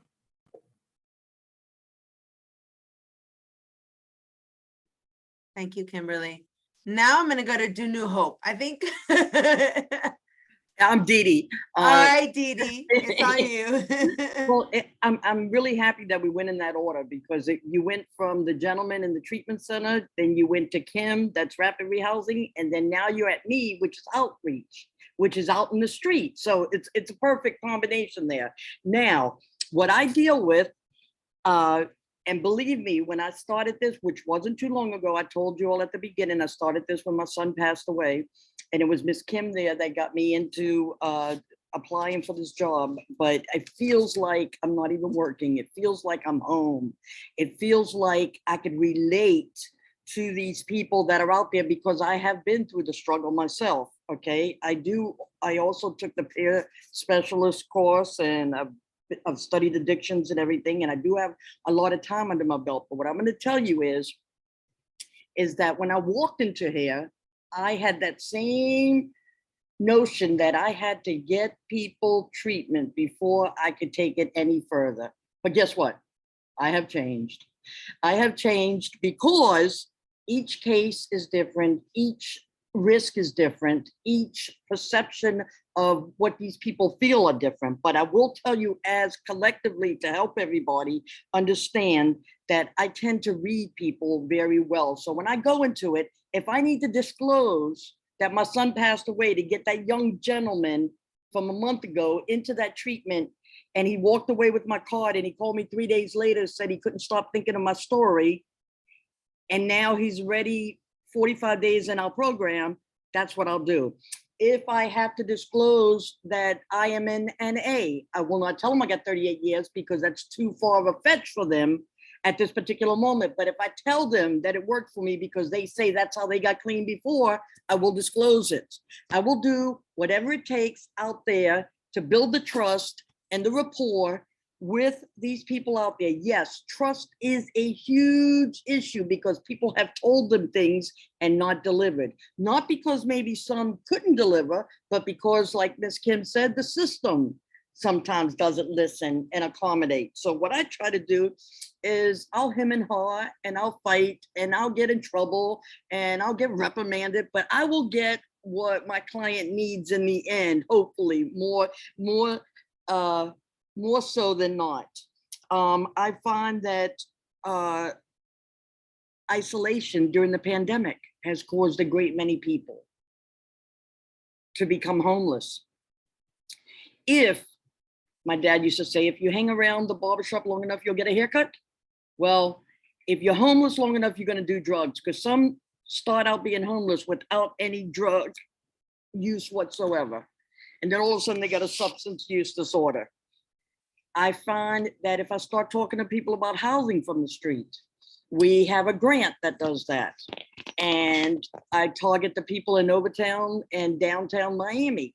If I target them and I'm talking to them and we're housing them, I find out after a little while they may have an issue with alcohol or may have an issue. And we could take care of that, because with the housing, they allow you and will hold your housing while you go to treatment if you so need it.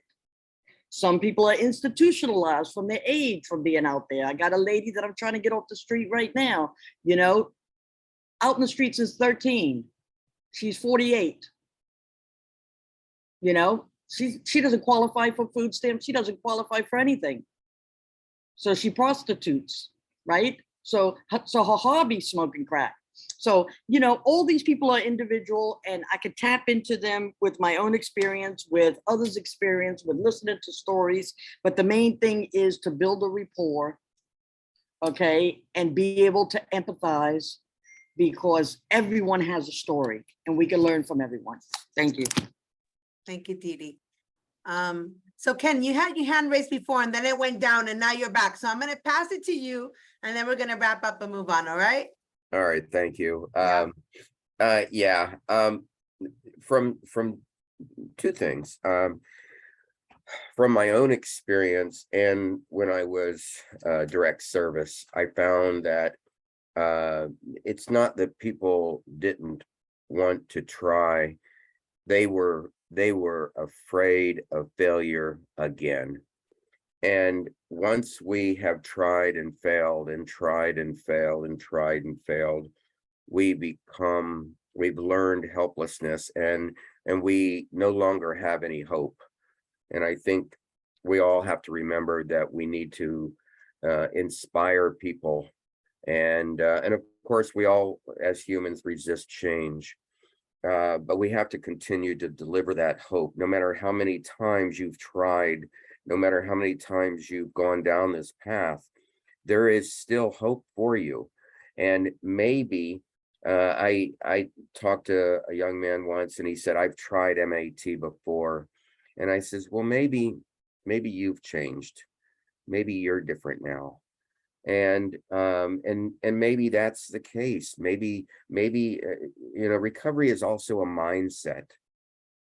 But the other thing that we have to look at is the mindset of the providers themselves. And you know, it's funny that we use the stages of change to assess an individual as to where they are, but in all reality, I use that same stage of change to assess where the providers are as well. Are they willing to change? Okay, because we're changing, or we're trying to adopt a mentality of strength-based, person-centered help for these individuals. And are we willing to do that? So we have to take a close look at ourselves as well and realize that we have to change. These individuals, it's okay to help if we want to say we want them to help drive the bus, but they're not going to get on a bus that's broken and they don't want to. And so I just wanted to chime in on all of that, but thank you. Thank you, Ken. Absolutely. I just want to kind of summarize what I have kind of like through my filter, what I have read or heard from you all through the chat, and also thank you to all the people who shared verbally. It's complex, it's complicated. It is also rooted in radical love. The work that we do requires heart, it requires advocacy, and it requires creative thinking. And through that creative thinking and relationship building is where we get to the therapeutic alliance. I want to honor and acknowledge that many of you, if not all of you, are already engaging in that therapeutic alliance that is the first part of integrative harm reduction, right? And what Ken just mentioned is super important. We change as we engage in that process. This isn't us as the people who are know it all, right? The person who knows it all is the participant. This is about being participant centered. And part of harm reduction is what we call people or participant centered, person centered language. So I just want to kind of name it. So for example, I personally don't use the word addict unless somebody is self-referring to themselves that way. I will say person who uses drugs or person who injects drugs, right? I won't say prostitution or prostitute. I'll say somebody who engages in sex work, right? And so part of naming the behavior is part of dismantling the stigma and the shame that goes with labels. So I think that's part of what we do in harm reduction. And the other thing that I do, again, with my public health perspective, is I use the word participant. And I also see myself as a participant in that process. And I find that if I use participant instead of client or patient, it helps dismantle some of the power dynamic. So I just wanted to kind of like name the power of language and some of the language that I am utilizing as I engage in this process. All right, I'm gonna pass it to Jen. Yeah? Yep. Okay. All right. You can see my screen. Okay. Just want to warn you, I have a dog here who likes to bark, so maybe you'll hear from her. Okay.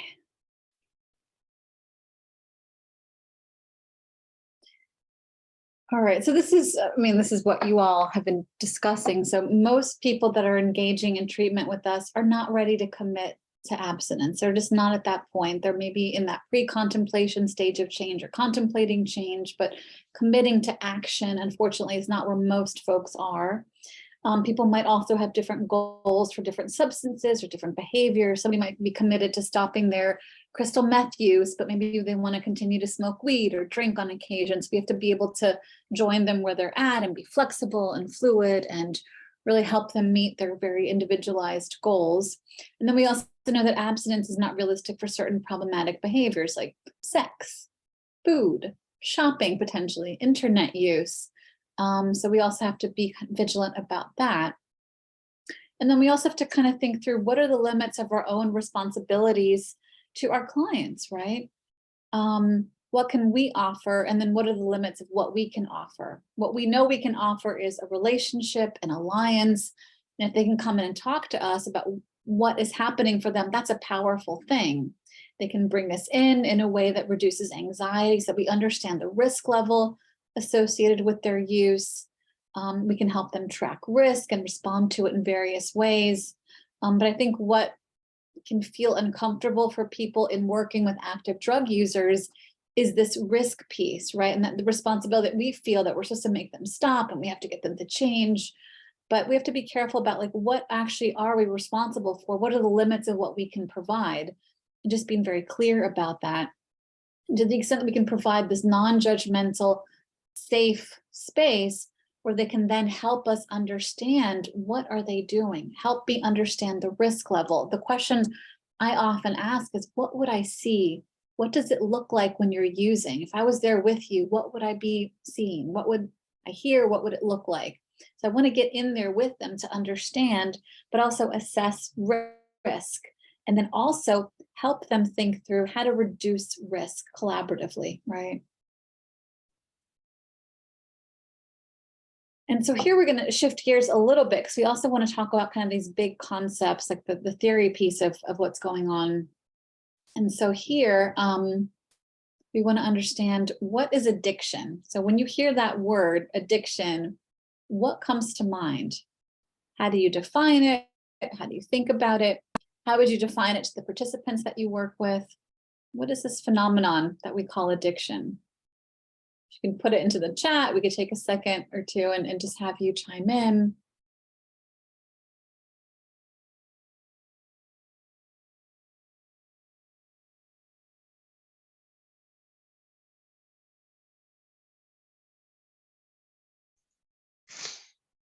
So can I chime in real quick? Of course.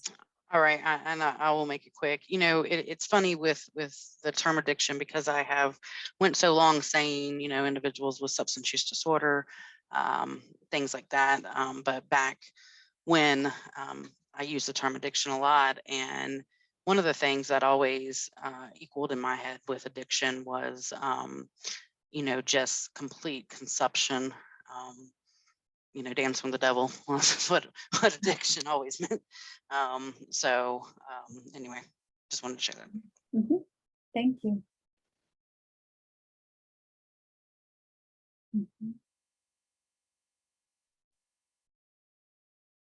So in the chat, I see Gio wrote, a behavior that is causing interruption in someone's everyday life. Jeanette wrote, a compulsion to end pain, get relief, feel better, participate within social circle, and more. Dee Dee wrote, coping mechanism. Ken wrote, continued use regardless of the consequences. Obsession from Dee Dee.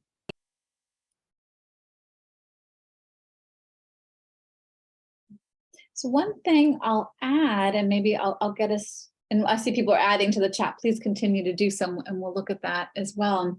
But one thing that I want to kind of challenge us to think about is this idea that it's a universal human experience, right?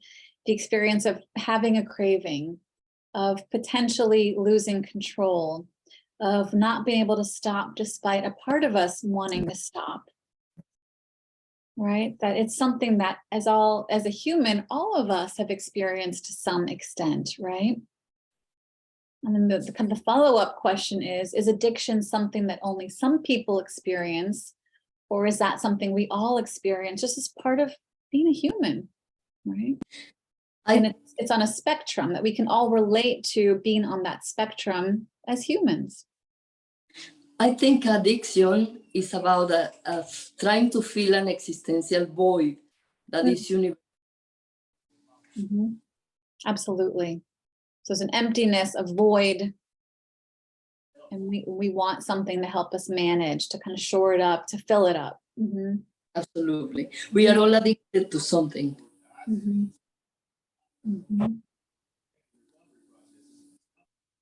Yeah, and some people experience addiction to certain thoughts, as Carrie just wrote. A certain way of seeing oneself. Yeah. Roberto?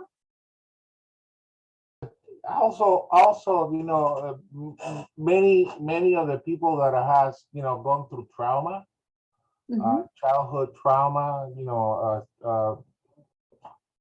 separation, you know, problems that has, you know, happened to them,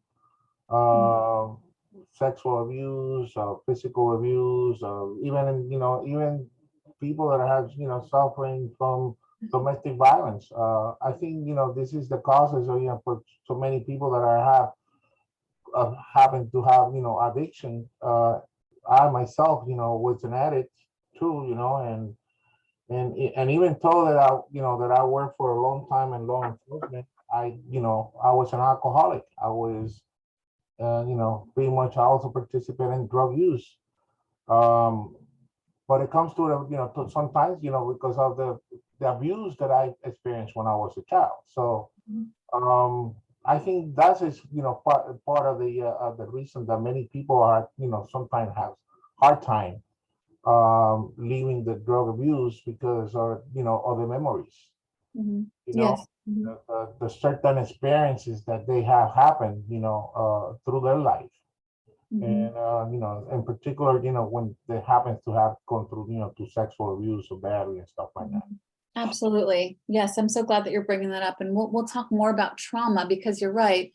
And I've seen this happen with my clients where if they reduce their use or they begin to make changes to their use, the trauma symptoms often escalate. And so we have to be vigilant, prepared, armed with other ways of managing that discomfort, the memories, the trauma symptoms that might come up. Because substance use can be an effective way to manage and kind of tamp down that traumatic stress reaction. I want to share the slide deck that we have.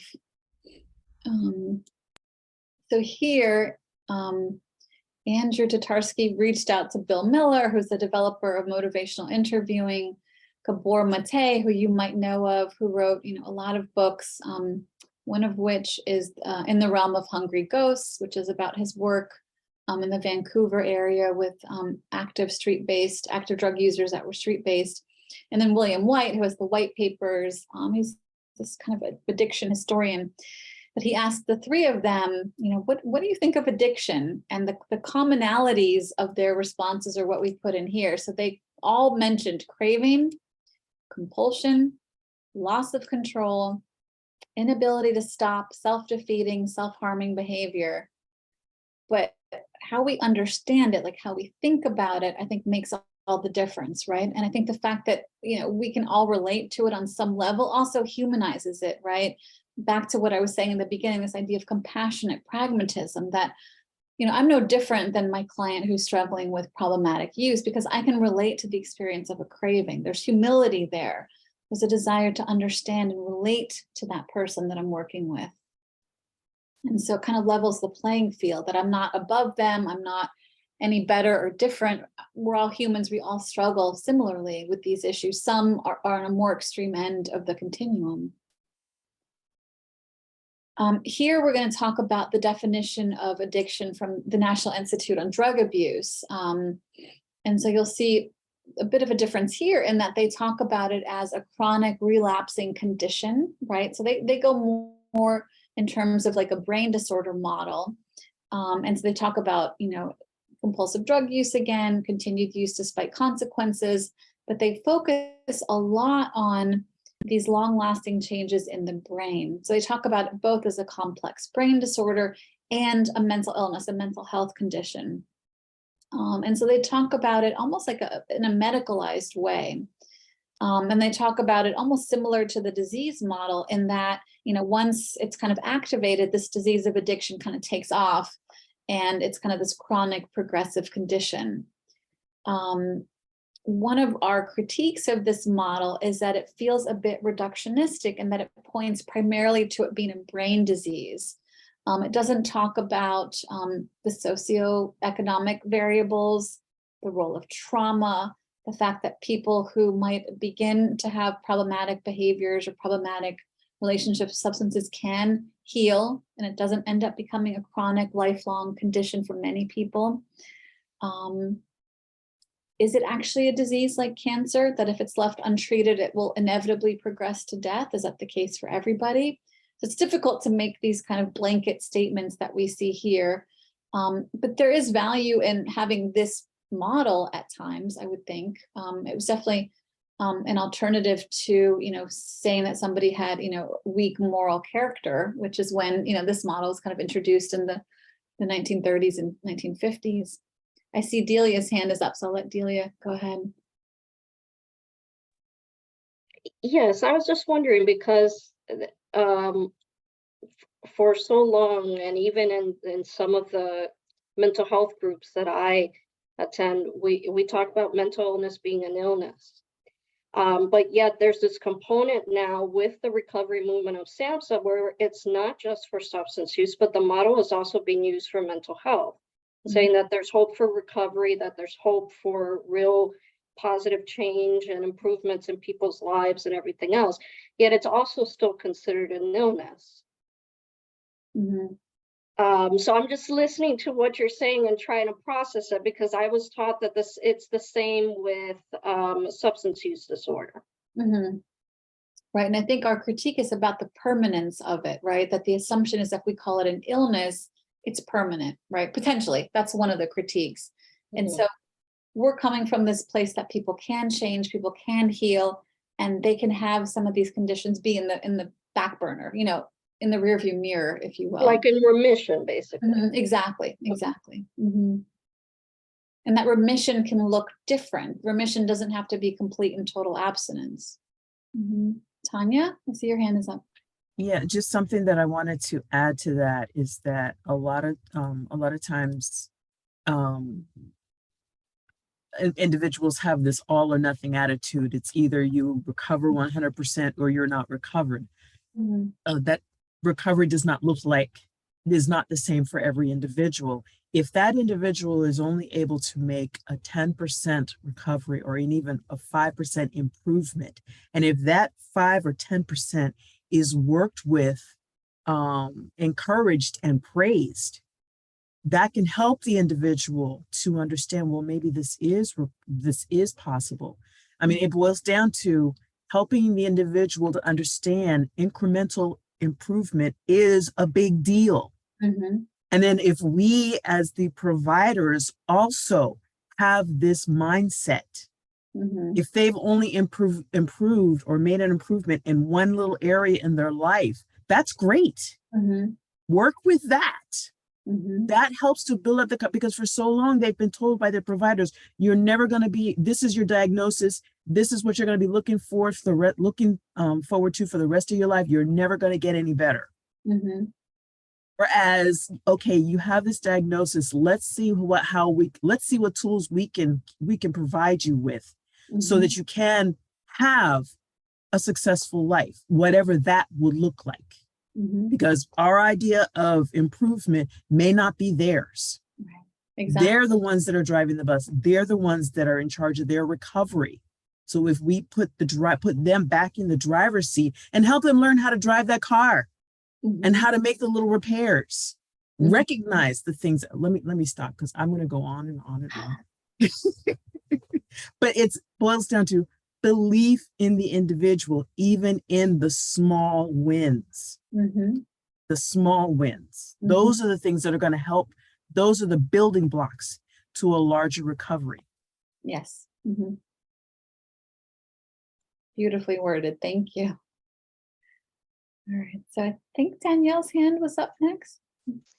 Yeah, I just wanted to say, and it actually is kind of going off of Tanya, but one of the things I wanted to say, and I believe it was Jen that you said it had earlier, of individuals are, know what's best for them. And I think this is also something that, certain people struggle with, because they think, how does somebody know themselves best? And, they're sick, they're this, they're that, and it gets that mentality. And as somebody, that had 15 years in active addiction, I can say even in active addiction, I had to live with myself 24/7. And so, we start understanding, what we're needing, and, and that's one of the things, we talk about is we are the expert of ourselves.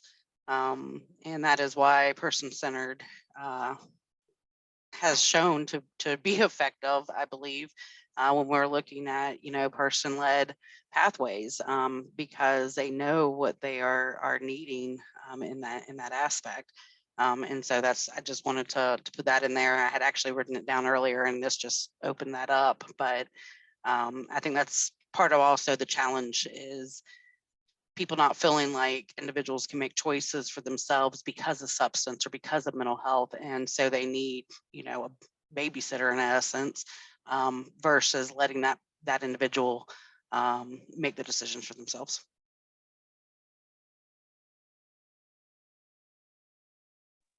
Thank you. And Roberto? Mhm. Yes. I just want to also to piggyback on that. Yeah, I definitely agree with with Tanya. about, you know, how the substance abuse disorder, substance abuse actually, you know, it doesn't recognize the people, places, and things. You know, I mean, uh, we all, you know, you could be, you know, poor, you know, rich, you know, tall, short, anything, you know, white, you know, black. It's just that, you know, when you go into get, you know, fall up into an addiction problem, you know, it doesn't, you know, it doesn't recognize, you know, I mean, recognize, I mean, it doesn't discriminate, is the word. For us, you know, like myself, that are, you know, in the group and has gone through like so many years, I would say 30 years of my life. I'm 64 years old right now. I've been clean for 24, 30 years of my life. You know, pretty much I was an addict. And and I you know, trying to deal with this issue about my own disorder, my own you know, I'm afraid to relapse. You know, I'm afraid that, you know, that the one day I just gonna, you know, just give up. You know, I have days in my life, you know, I have days, you know, that you know, that I just wanted to leave everything. And that's the reason why is that, you know, so important for us, you know, like Didi and I, the you know, with the we gathered, you know, with people that have, you know, been clean and sober for a long time too. And I pretty much, you know, speak to the clients, you know, and I tell them, you know, about the NA meetings or AA meetings, you know, that they are so, you know, that's one of the things that we take them, you know, to those meetings so they can also participate or they can just get, you know, the basics of how to stay clean. That way they can be able, you know, to function, you know, in society too, because, you know, many of them has not done that for a long time. So I think, you know, that like the decision to take, you know, to use drugs is pretty much is going to be with you. It's like cancer. It's a disorder. It's a disease. You know, it goes into remission, but you know, you don't know from 2 or 3 days from now, or 6 months from now, or a year from now, or 10 years, even 24 years like me right now, and I end up using tomorrow or drinking tomorrow. It's just a matter of time, you know, that will hit you again. And you have the tools to, you know, to fight it out. You have medications, you have, you know, pretty much to talk to people, and that's the thing that you can do, you know, in order to stay clean and sober, you know, for longer periods of time. Sure. Yeah. Thank you. I'm gonna keep moving us along.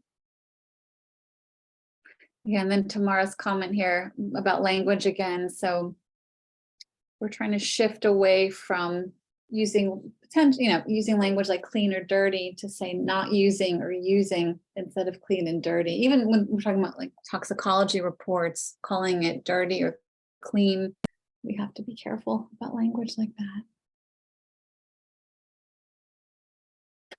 So this goes with Tanya's point about this black and white mindset, right? Around this idea that it's either you have it or you don't. It's like either or, right? And I think there's more nuance, obviously, as we've been talking about.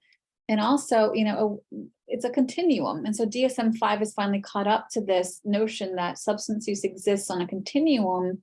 And the reality is that most people moderate or stop without treatments. This idea of what's called spontaneous remission or natural recovery. Stanton Peele has done a lot of writing on that topic. And many do achieve stable moderation. And so Mark Lewis is a neuroscientist, and he challenges this idea of a disease model, the idea of a permanent kind of, you know, irretractable illness. The data just doesn't back that up as a concept. Let me see, Ronisha's hand is up, so let me hear what they have to say. Hi, Ronisha. fully conceptualize that idea, one would have to really know the neurobiology of addiction and how the brain is altered. When a person struggles in that capacity, the neurology of the brain shifts, it changes. The wiring is so different, like the neural pathways that are naturally created by a person's brain, that part is incapacitated. They don't have the ability to create those new neural pathways. So that's why programs like MAT or you have those different alternatives to recovery have proven to be so successful for a lot of patients because it gives them a little bit more to fight with. It's beyond a behavioral thing. That's why a lot of people regard it as a disease of the disease of the brain, because naturally, whenever you put any type of new agents into the body, it changes the biology of the body. That's just something that we know. That's a proven fact that we know. And so when that change takes place, sometimes you'll find that a lot of people struggle in a capacity to create like things like norepinephrine or the GABA, all of those things shift. And so a lot of times for you to have that homeostasis or you have that balance, you have to take things like SSRIs and stuff like that just so that you can have that balance, because the brain has been altered and it depends on how long you've been using as well. So the neurobiology of addiction is something that we really want to consider in terms of when you talk about educating patients, empowering them to kind of be the driver of their recovery, but they really have to have that insight and awareness of what has taken place in their body and the changes that they've made. Exactly. And with some clients, we actually work towards a period of abstinence, almost like a reset period, to just kind of settle the neurobiology of it, and to see what that feels like for them. Many of my clients began using it at such a young age, they don't know what it's like to not have chemicals in their bodies.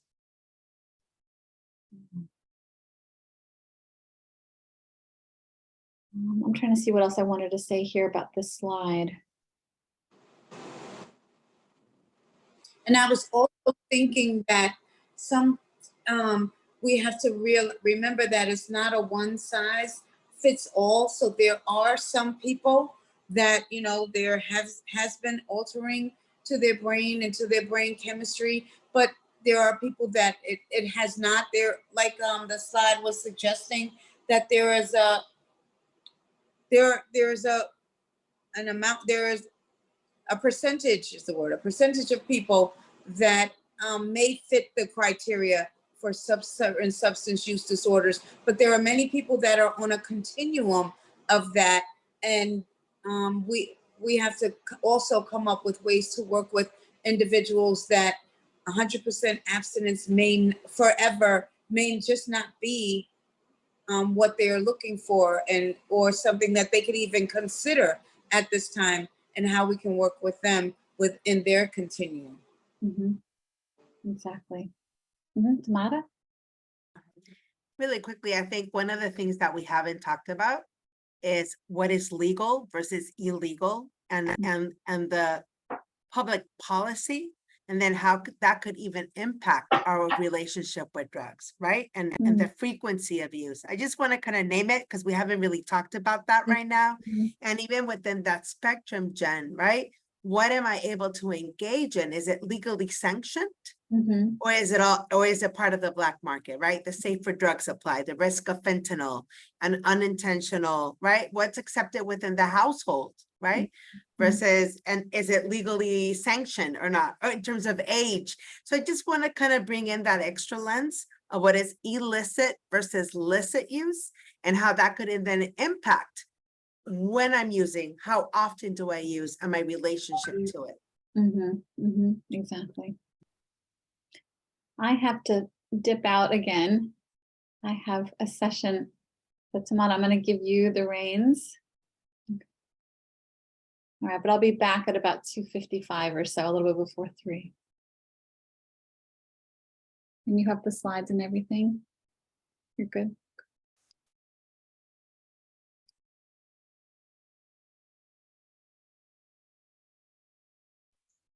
Tamara, can I say something real quick? Of course, go for it. Yeah. All right.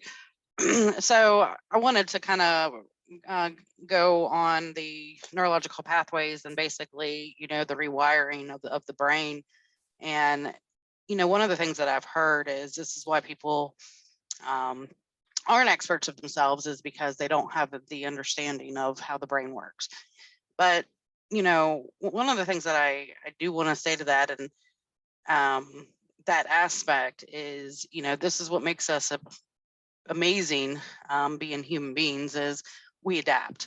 So we adapt to a brain. So somebody that, started using at 12 and used until 26, not knowing the neuroscience behind addiction, there was adaptability, there was growth potential, there was, merging and then having the skills, tools, or learning the skills, tools, coping mechanisms, and learning what worked. So I think a lot of times there is a general consensus of, individuals that have substance use don't know themselves because they don't understand the science.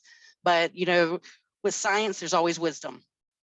And so, you get the science basis, but, as a human being, we have wisdom in our lived experience. So, again, I will always say that an individual, whether they are in psychosis, whether they are living with,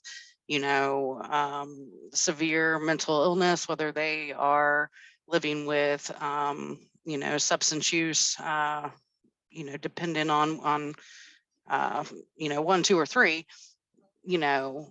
their brain adapts in those times, unless you have a traumatic brain injury. Or you have dementia. Right, So, right. I just wanted to say that. Yeah, thank you, Danielle. I think that bringing in the resiliency, the resiliency of not just the brain, but the spirit in our own bodies is really important. We wouldn't be doing harm reduction if we didn't believe that we could actually heal and learn, right? And actually move towards pathways where we're honoring our holistic self in all of its beauty. So I think I just want to name it, right? The resiliency of who we are. Being alive is mad traumatic. Let's name it, right? There's interpersonal trauma, there's familial trauma. Living in a society with legacies of oppression is traumatic. And yet, as humankind, as human beings, we continue. And so I think that resiliency, that spirit, is part of what we honor when we talk about harm reduction. It's what we mobilize in community and with each other. And I think I just want to say that many of you have actually done that today. Like you've brought in your most vulnerable selves and talked about your own recovery process and why you enter this work. And for me, that's resiliency, that's beauty, that's the radical love of harm reduction. Just want to say that. Roberto. It also has to do with culture. I'm from Puerto Rico, like you, Tamara. And when we come in, from a place like Puerto Rico that we celebrate 360 days of the year, and pretty much, when Christmas ends, we just keep celebrating, until the next year, 2 or 3 months. Of course, when somebody that has a problem with drinking or addiction, the cultural part also affects many of us. And we need to also to learn how to deal with the different cultures, how they we can then let them know and train them to also to deal with the expectations about life. Thank you, Roberto. Definitely. One of the things that we're going to be bringing into the dialogue during the training is something that we call the psychobiosocial, right? Psychobiosocial. And these are the dimensions in which we exist. Psycho we put first because it's psychological. That's the inter and intrapersonal, right? It's what you have within you. And that could be both a combination of nature and nurture, but it's the intra, right? That's the psycho. Bio, that's the genetic, right? And so some of us are born with certain conditions, right? So just kind of like naming the genetics that could influence. And then last but not least, the social. And within the social is not just around the systems in which we live, education, healthcare, politics, right? It's also the cultural framing, right? And so again, we're going to be doing more around psychobiosocial soon. But thank you for bringing that in, Roberto. And I'm going to go to Carlos. Carlos, your hand is raised. Yes. When you all ask the question, what is my challenge? You know, I'm a program director, so my challenge is the staff. My challenge is getting the staff to truly embrace harm reduction. Because, you know, it's almost like they think that, well, we're not going to kick you out because you're still using cocaine as long as you're making progress with opiates, because my program is MAT. So that's harm reduction. But then you hear things like compliance. You hear things like, well, how do we hold them accountable? All right, you hear things different, of languages, of wording that, not only does it cause more harm, but it lets me know that the provider is not embracing harm reduction.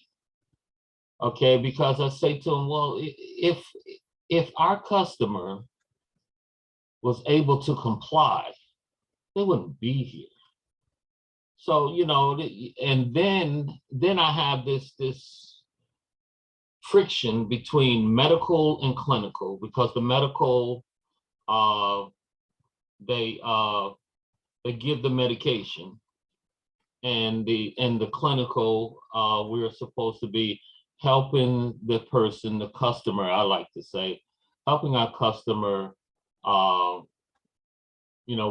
with the issues, the barriers to ongoing treatment, and all that kind of stuff. So, if I could take 17 of these guys, I have 17 counselors. So if I could take 17 of these good folks on here who really embrace harm reduction and replace them, replace my staff, I'll probably be in pretty good shape. The challenge is getting this staff, and they say, no, we don't believe in abstinence. However, we're so rigid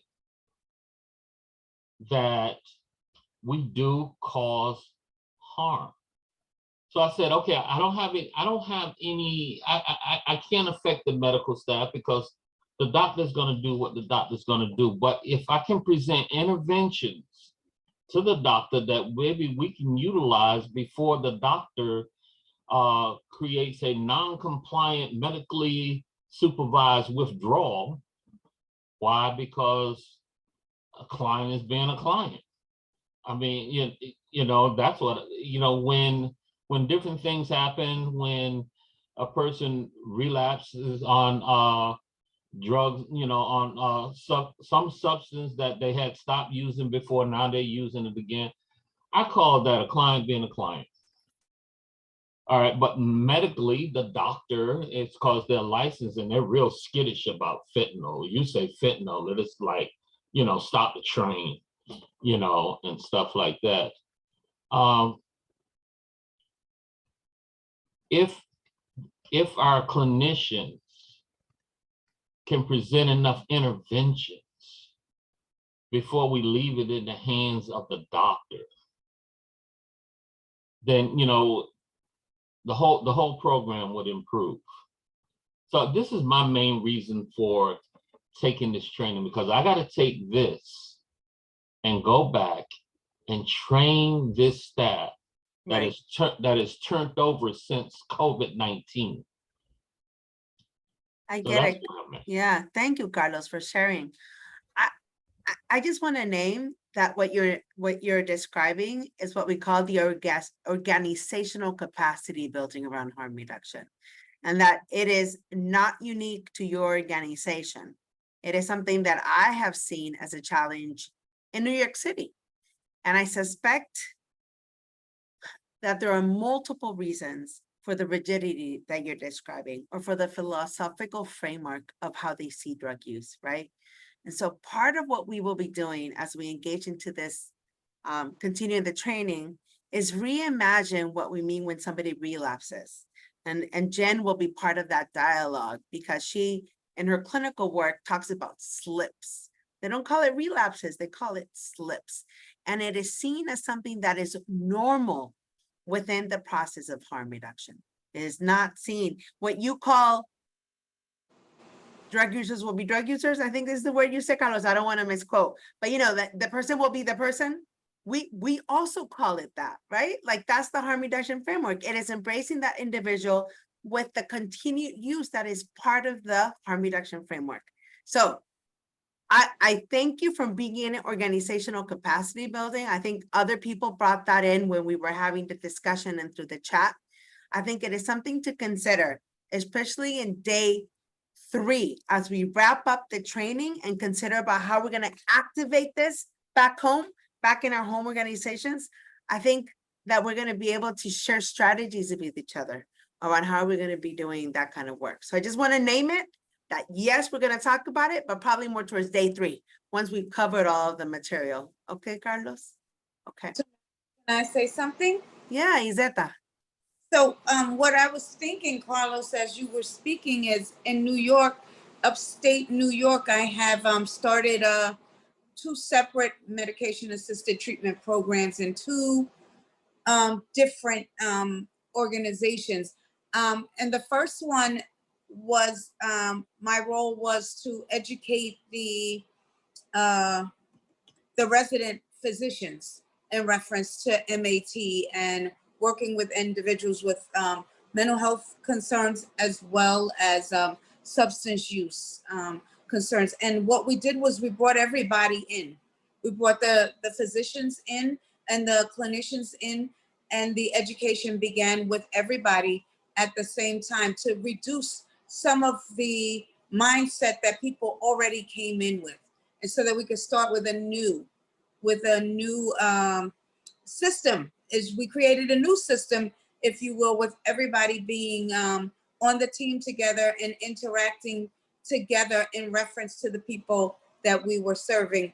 At this particular place, it was medication assisted treatment, and looking at the language that we use, because and why we're using it and the way we're using it. So when we say something like, and this is just I'm just piggybacking, when we say something like a client is being a client, I understand the way that you're meaning it, Carlos, but I wonder if we say it the same way as other people use it, if they continue to use it that way, and if we make a change to it, if it might be beneficial to the new system that we're trying to create from our harm reduction model. Thank you, Zeta.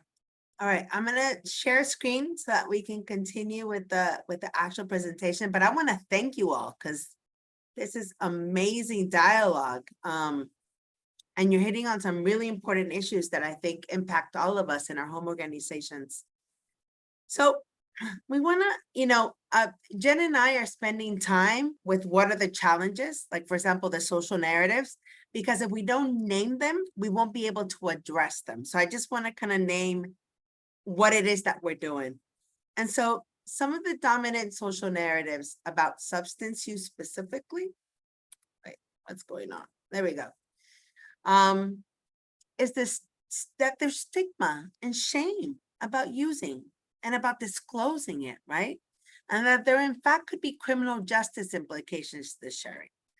Not only the risk of arrest, but the risk of intervention by the family regulation system, of probation, of parole, plus the family dynamics, right?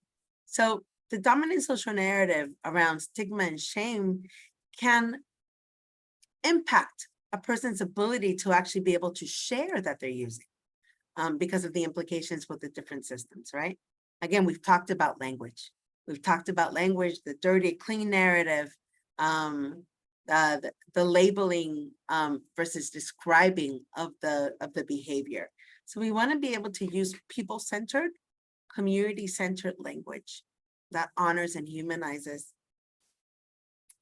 I've named it, but within the criminal racist model, the war on drugs is a war on people. And we know that Black and brown and poor people are those that are most impacted by the war on drugs. So we just have to be cognizant of what are the impacts that some people have or risk because of that, because of the war on drugs. The other element that's important is that the disease model is reductionistic. We want to be expansive. We want to be able to consider the biopsychosocial variables, the interpersonal, the intrapersonal, the familial, and the community dynamics.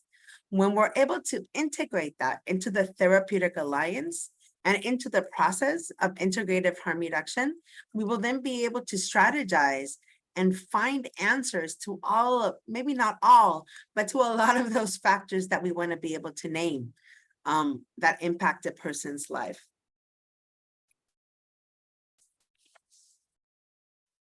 Right, some of the other challenges in addressing substance use. Again, we've already gone over some of these, but one, that the abstinence only ethos dominates our culture, right? It's this way or there's no way. It's hard, and this, again, I mentioned it earlier, but this is important. With illicit drug use, right? This abstinence only ethos could be a little bit stronger than with a legal substance like tobacco or alcohol. I mean, abstinence only ethos dominates it all, but it could be even more challenging depending on the substance and whether it's legal to use it or not. It's just one of those variables that we need to consider.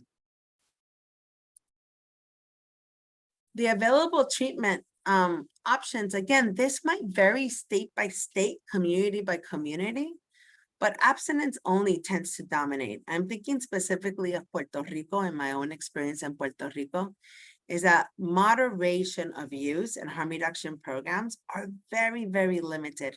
And it has to do with under-resourced healthcare, right? And again, that's going to differ by state or by part of the union. But what's available in New York and in New York City is different from Albany, right? Upstate. and what's available in Florida might be very different from what's available in Oklahoma or Idaho or North Carolina or Washington, DC, right? So those are some of the things to consider is how does geography and access to resources then impact the available options? And these tend to be abstinence only. That's the reality. The other big challenge is that we tend to silo mental health from addiction, right? It's almost like they're treated separately, right? But within integrative harm reduction, what we're seeing is a combinar, let's combine it. These are not working separately from each other, right? That's the holistic perspective. In order to address problematic drug use, I need to also talk about mental health. And by the way, I also need to talk about housing. And by the way, I also need to talk about whether you're eating well, the nutritional support. And I also need to talk about peer support. Who's supporting you in this process, right? So that complexity is part of our challenge because we know that what happens often in our community and in healthcare is that split. But as we develop the therapeutic alliance and we develop those case plans and that treatment action, we want to be able to hit the different elements of the biopsychosocial. And part of that is also mental health.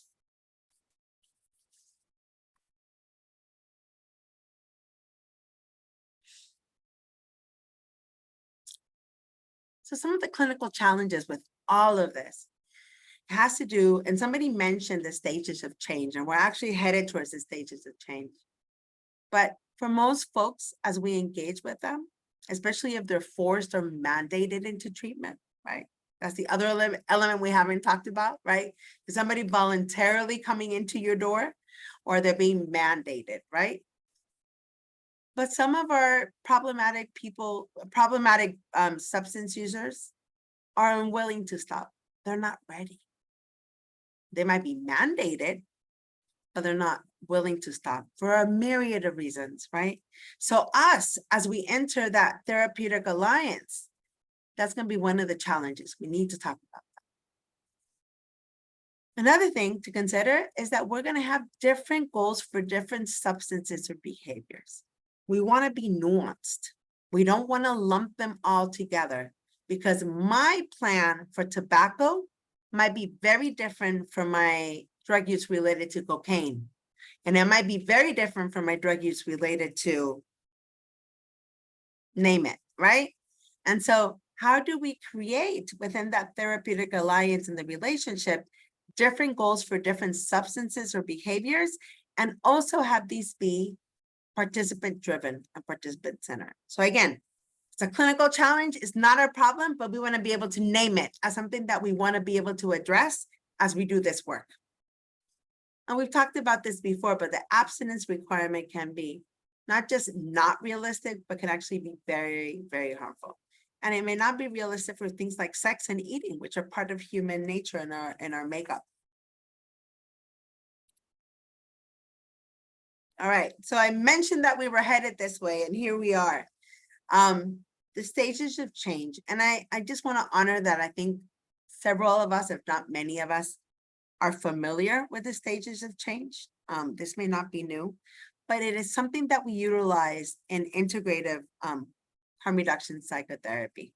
All right, so really quickly, it works as a pyramid, right? Working at the base all the way to the top.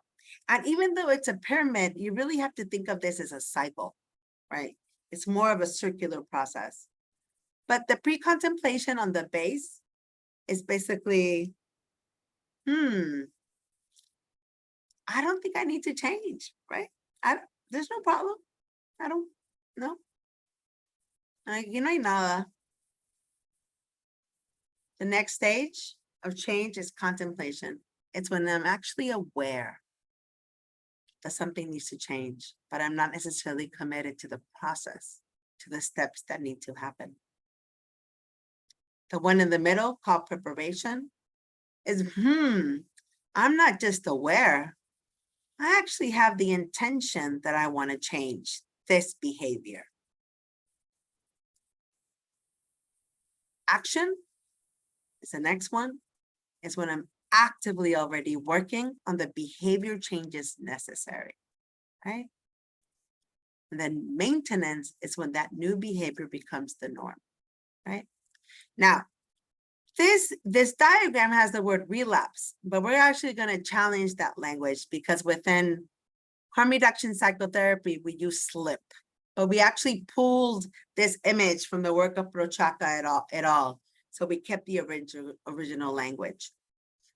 What's important in all of this is that the stages of change are progressive, they're cyclical, and they are around behavior change specifically, right?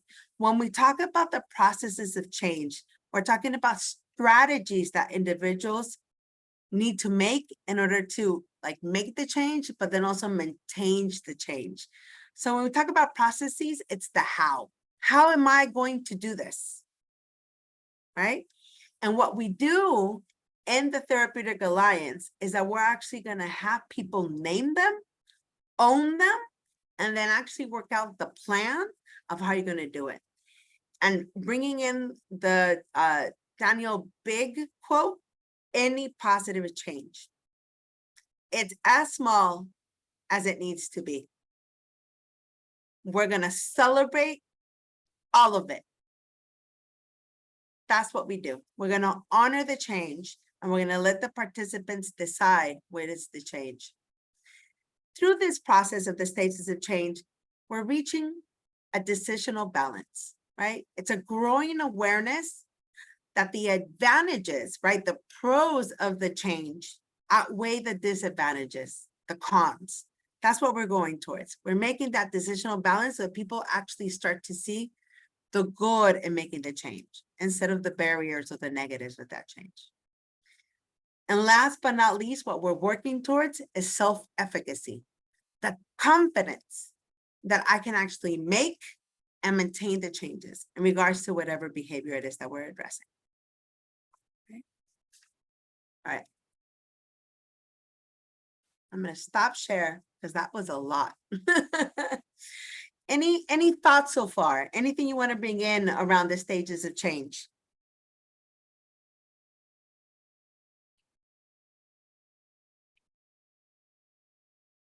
No? I think I wanted to also express that I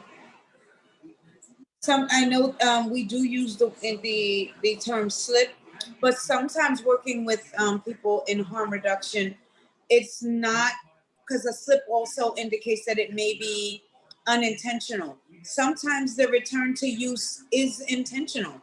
This is something that they have decided for whatever reason they want to try, or they want to go back to an experience to see if they're able to use in a way that is less harmful for themselves. So it's also beneficial to have the open dialogue with individuals where they can feel comfortable in saying, this is something I'm thinking about. This is something that I might want to explore, or and have a discussion with them, Right. which does not include any shame or guilt, just acknowledging that this is where this person is at that point. So if they do make that decision, they know that they can come back to the person that they're working with and be able to explore it in an open and honest way. I agree, Izetta, and I think that's part of the therapeutic relationship, right? Is being able to name, I want to do this, right? Without the stigma or the shame of, I'm actually want to engage in this problematic behavior. I want to name that I think part of the challenges for some of us, depending on the setting, is that we may not be able to engage in this conversation in the way that maybe Izetta, Jen, and I would do in New York City. Just want to name Florida, right? I want to name the systems that might be impacting our ability to be able to say this. Like somebody early on in the training this morning talked about fentanyl testing strips as being paraphernalia, right? So in my harm reduction work in New York City, I might be able to really say, here are the fentanyl testing strips. Let me give this to you. Now that you've decided that you are going to engage, let's be safer. Here's this tool. Yeah. I just want to name that in Florida, you are not able to do that. And so I think that's part of the systems that are really harmful. Like we need to name it, right? And so, and also somebody in the chat, Eliamieson, I'm sorry, I may be saying that wrong because it might be a combination. Name the challenges of funding and deliverables, right? So the work that you actually do is deliverable focus versus the holistic approach, right? So there are certain things that you have to do because of how you're getting paid, right? And that they may not be completely complementary to the integrative harm reduction, right? And you're right, Nikki, this adds to our burnout because this work is hard and we're not just supporting people, we're also challenging systems and fighting the system itself. And so how do we build the capacity that Carlos was talking about for harm reduction when we also know that the systems can be working against us, right? Right. It's all of that together. And Roberto, I see your hand raised, but I also want to give the opportunity to other folks just so that, because I just want to be cognizant of how we're taking up space. So I actually want to invite maybe somebody who has not participated verbally to kind of come up. All right, Nikki, it's on you. Hey, I put it in the chat, but I wanted to mention for people to consider that marijuana, whether it's a medical card or whether you get it on the street and it's not legal, they're both valid. Because with the medical card, there's so many fees associated with that here in Florida that you're implying that, you know, this method of recovery or whatever is valid only if you have the resources to get that medical card, the doctors, the insurance, the money in general. So for me, either way you're using marijuana, it's a valid point. Not everybody has resources, not everybody has money.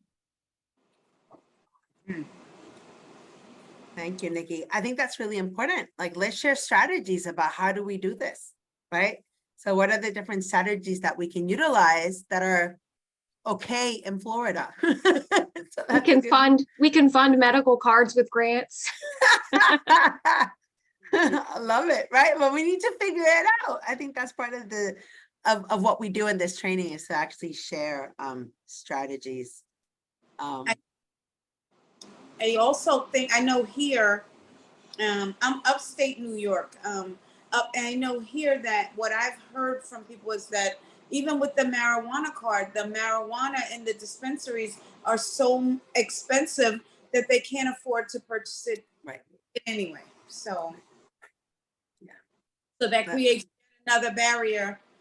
The only thing is, I think if there are legal concerns, the fact that they have the card, it's okay that if they test positive for the marijuana, but the economic and the socioeconomic status, their status is still a barrier for getting at the dispensary, purchasing at the dispensary, where Medicaid does not assist.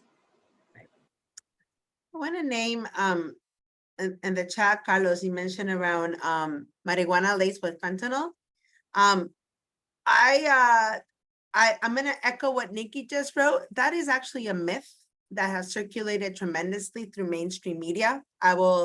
During the break, I will actually add into the chat there, despite what exactly. So Nikki's describing it. Fentanyl burns at a significantly lower temperature. So it would literally disappear by the time somebody inhales it, the marijuana. So I'll add the links into it, but this is part of the fear mongering that has happened in the media around marijuana laced with fentanyl.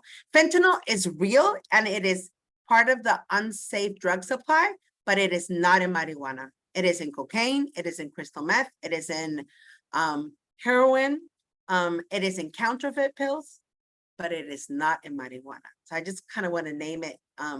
Yeah, Nikki.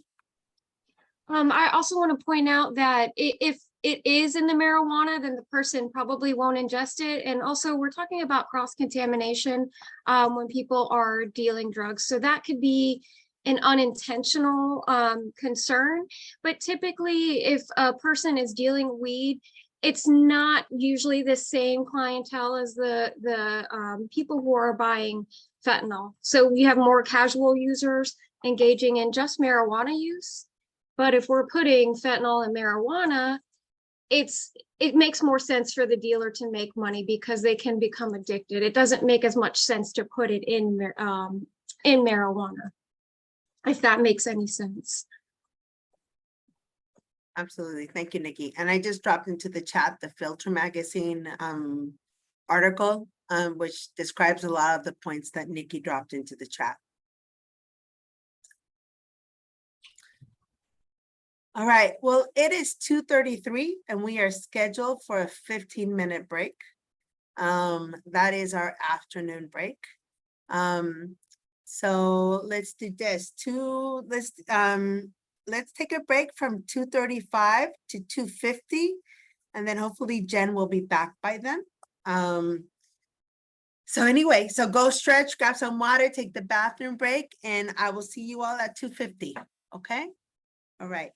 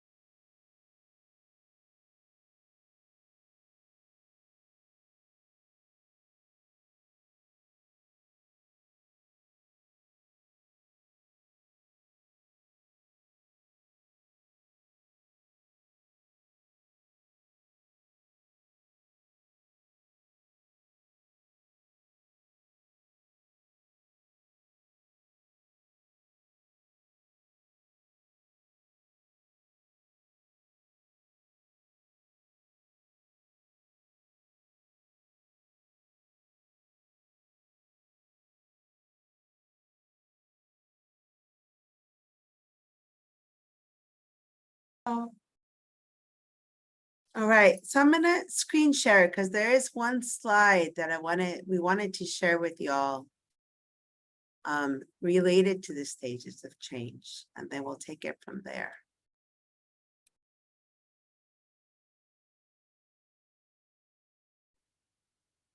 All right. And it's the following challenge that we have. Prochaska and colleagues actually looked at 15 high-risk behaviors, and they actually found that over 80% of the people in each group at any point in time were not ready to take action around the change. And yet we know that about 90% of treatment programs are geared towards people that are ready to take action.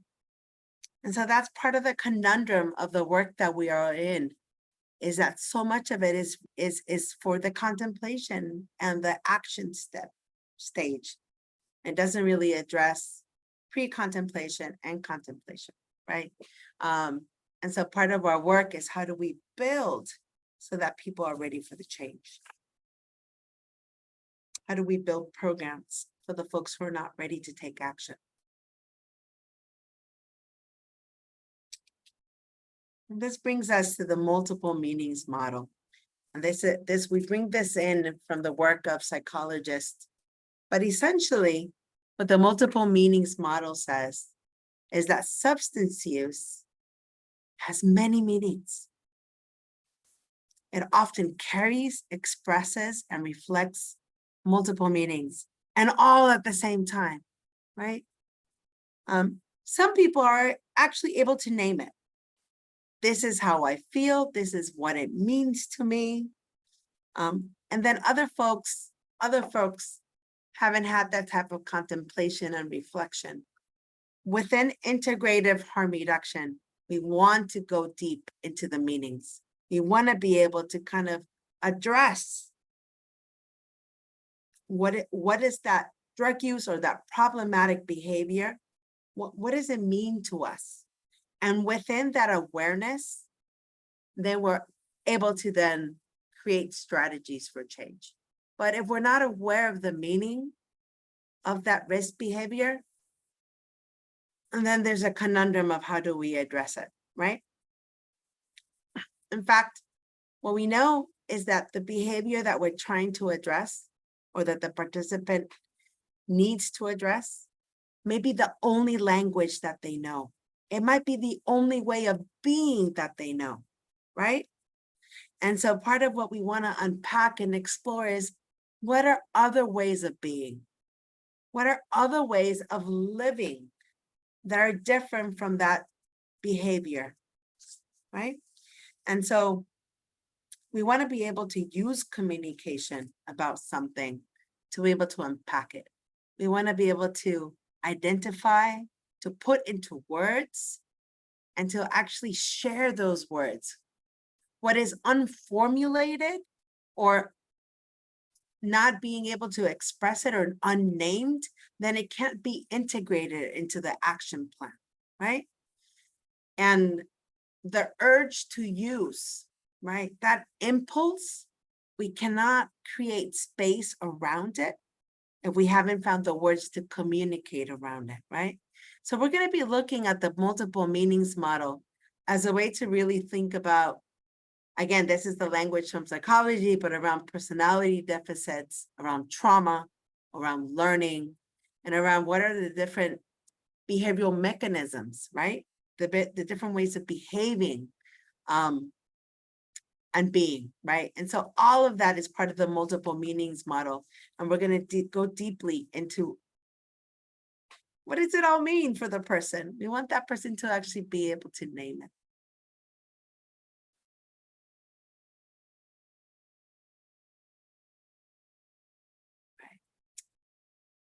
So we know that people use drugs for multiple reasons, right? And so we've listed some of these on the slide. Using drugs can be fun, pleasurable, liberating. It could, for some folks, it could even be a method of self-care, right? It could be around self-medication, suffering. It could be due to trauma, shame and guilt. It could even be for self-regulation. For example, if somebody has attention deficit hyperactive disorder, there might be some regulation challenges that they may be using as a way to self-regulate. Drug use is also a way to express those parts that we are not able to name, that are kind of like living separately, disassociated, right? So we use drugs in order to become whole. Could also be because of boredom. Could be about peer membership, right? About the peer social support and what's part of that social context and acceptable behavior within that circle or that network of friends. There could also be relational meaning, right? Part of the interpersonal dynamics and the relationships that sustain somebody, either within a family unit or a community of peers. It could also be how I identify, how I basically express who I am, right? It could also be around rebellion against my inner critic or the family or authority. It's the way I express myself, right? Could also be self-destructive. It could also be around maintaining my body because of pain, fatigue, performance, because I want to enhance performance. And there could also be spiritual meaning. So what you will see in this list, and this list is not exhaustive. There might be other reasons that are not listed that you may want to share in the chat. But what we find in this list is that some of it is really positive, right? Think about pleasure. Think about self-expression. Think about coping with pain and disease. Some of this is necessary for human expression and for being within our lived lives. And so, and this is part of that spectrum that Jen shared earlier, is that people use for multiple reasons, and that drug use itself may not be problematic, right? But when we enter the dialogue in integrative harm reduction, we want to be able, the participant, we want to be able to create the setting so that the participant can actually name the multiple reasons about why they use. Okay. And I personally will say that when I look at this list, I think of all of the ways in which I myself, and I identify as a person who uses drugs, I myself have used drugs, both legal and illicit. So I think, and that's part of my vulnerability with you all as a trainer, is to be able to actually name it, right? And I'll give you a couple of examples. I'm a cancer survivor. And I had a lot of pain and a lot of nausea as I was navigating the therapy and the radiation. I was living in Puerto Rico where marijuana is illegal. And my mom literally gave me permission to use marijuana in the house. That was something she had never done before, but she opened up the door for me to be able to talk about my own needs. And so, again, was I dependent on it? Perhaps I was dependent on it as I was navigating the cancer, right? But it was so important for me at that moment to be able to engage in cannabis as part of my therapeutic holistic treatment as I navigated the cancer, right? Was I risking arrest and involvement with the criminal justice system? Absolutely, right? And as a teenager, I use other drugs as part of my rebellion within my peer network, right? I just want to kind of like name it, like even when you look at this list, think of your own life, think of your own lived experience. And if you have ever used and why, right? And there might be multiple reasons and there might be multiple meanings around your drug use, and those may have shifted over time, right? This is what we're asking participants to engage in when we enter the therapeutic alliance, right? And the ability to share, to actually share this, especially the more destructive or illicit parts, might be really, really hard to do.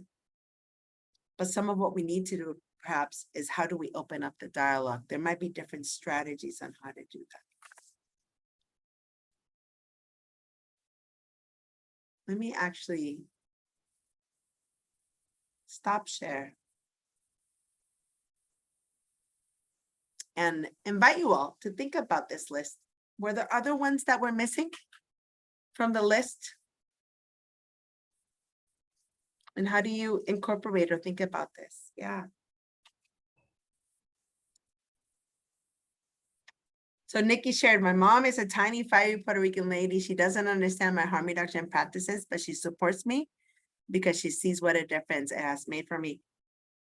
Nikki, I'm with you. My mom never talked about marijuana. It was seen as something completely unhealthy that I should not engage in. But when she saw me struggling, she was the first one who was like, where do I go buy it for you? Just want to kind of name it, right? And that was part of what I needed at that point, because I was literally leaving the house sick in order to buy. And my mom realized it pretty quickly. So I'll say this, and I almost feel like teary-eyed as I share this, is my mom's embrace of what I needed at that moment created an openness in our relationship that is still present years later, right? Right. And so again, it's not the same for everybody, but for me, that was a really important part of my own harm reduction journey. I see 2 hands raised. I'm going to pass it to Jackie, and then we have Jeanette. Yeah, first of all, as I said, I'm going to be celebrating 14 years on Thursday, and I don't think my mom really understands, like, you know, like she goes along with it, but I don't really think she understands like what this, like how bad it got. God bless her, you know, it's kind of like the cultural denial.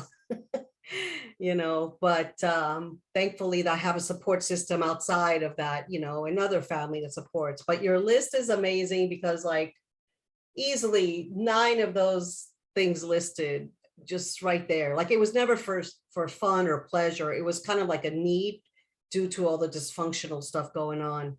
And it's just amazing because the truth is, personally, because, you know, it's kind of like almost like I find it a credit that I have so many on the list, because that just gives me the ability to help more, right?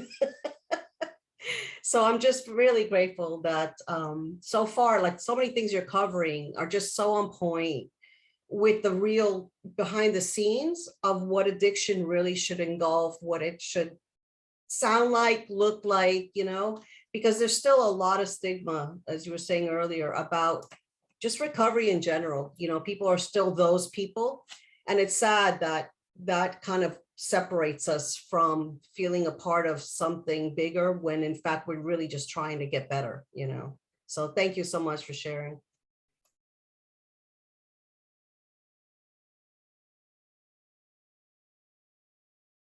Jeanette? Hi. So yes, there's a lot of familiar reasons on that list for me as well. I won't dive into it, but what I love about this conversation, like I said, I work with kids impacted by their family member's substance use disorder, you know, and they come with a lot of trauma, a lot of betrayal, a lot of disappointment, a lot of hurt, a lot of abandonment. And one thing, and I love what this list does for people, is I can see it even with some people I know, it opens up a conversation. And one of my mottos at camp for years has been, what is mentionable is manageable. Let's get honest about it. We can talk about it and we can share it in a very safe environment. You know, it's kind of like that narrative medicine or that struggle story. And one of the things we use at camp that is so powerful is we have a moment for kids to do the my story, your story, our story, how our collective process at camp is helpful to us. They learn how to listen to each other without judgment. You know, they have a safe space where they can share their struggle story of how substance use disorder has impacted their life. And I think, gosh, how great would it be for somebody who's sitting with a therapist or a case manager or whatever, and just to be able to have an honest story about their substance use and why it's important to them. I just love this whole training, and it's opened my eyes. It's validated some things I've seen, and I just am grateful for it. Thank you. Thank you, Jeanette. So I'm gonna apologize ahead of time because I think I'm gonna mispronounce it. Aishan? Yes, it's Aishan. Aishan. It's on Okay. you. So it was very interesting to look at the list and see how many things my family had in common with it. I think my story of, the background of my family and addiction is just like completely opposite of most stories that I hear and see, because it was like addiction was functional for my family. If they wasn't on some type of substance or something, that's when the family did more unraveling than anything. Because of trauma and past like issues. So for me, for a long time, people with addiction issues was never a strange occurrence to me. It wasn't like negative to me. It wasn't off-putting to me. It wasn't until I actually came into like mainstream society where it was like, oh no, it's a bad thing. This is something you shouldn't do. That I was like, so all these years, all of my 20 plus years on this earth, I've been in something that was bad. Like I didn't get like abused. Everybody was functional. They would get up, get high, go to work, come back, food in the refrigerator, clothes on your back. So it was just, so this is giving me like kind of a look into especially the functionality part of when they were like taking it for like attention deficit disorder and things of that nature. Like it was like they were, of course, coming from a low income family, and I'm older, so there wasn't really all those medications to assist people back then with those things. So it was kind of like they were helping themselves, but I never saw it as something that was wrong.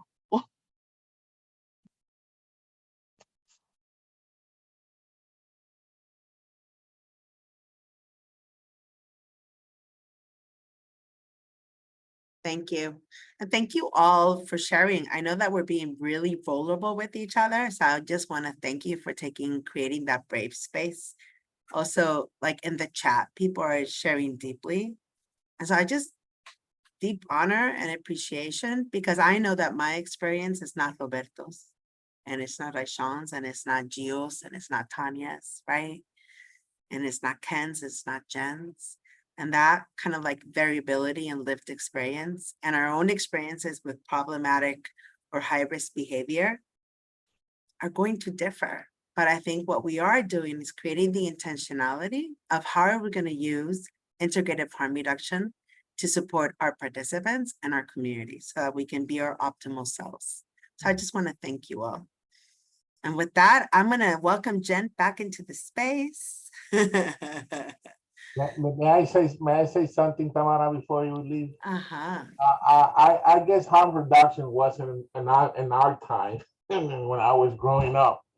What happened? Well, when I was growing up, from La Chancleta to the wire, we got punished, very much. So there were no harm reductions in there in our time. So can you hear me?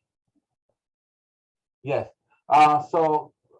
Yes, it's like you're saying, we cannot just, go through the motions, comparing, each other, but it's just the way that, many of us live. And the growing up is just a part of that fundamental. Thank you.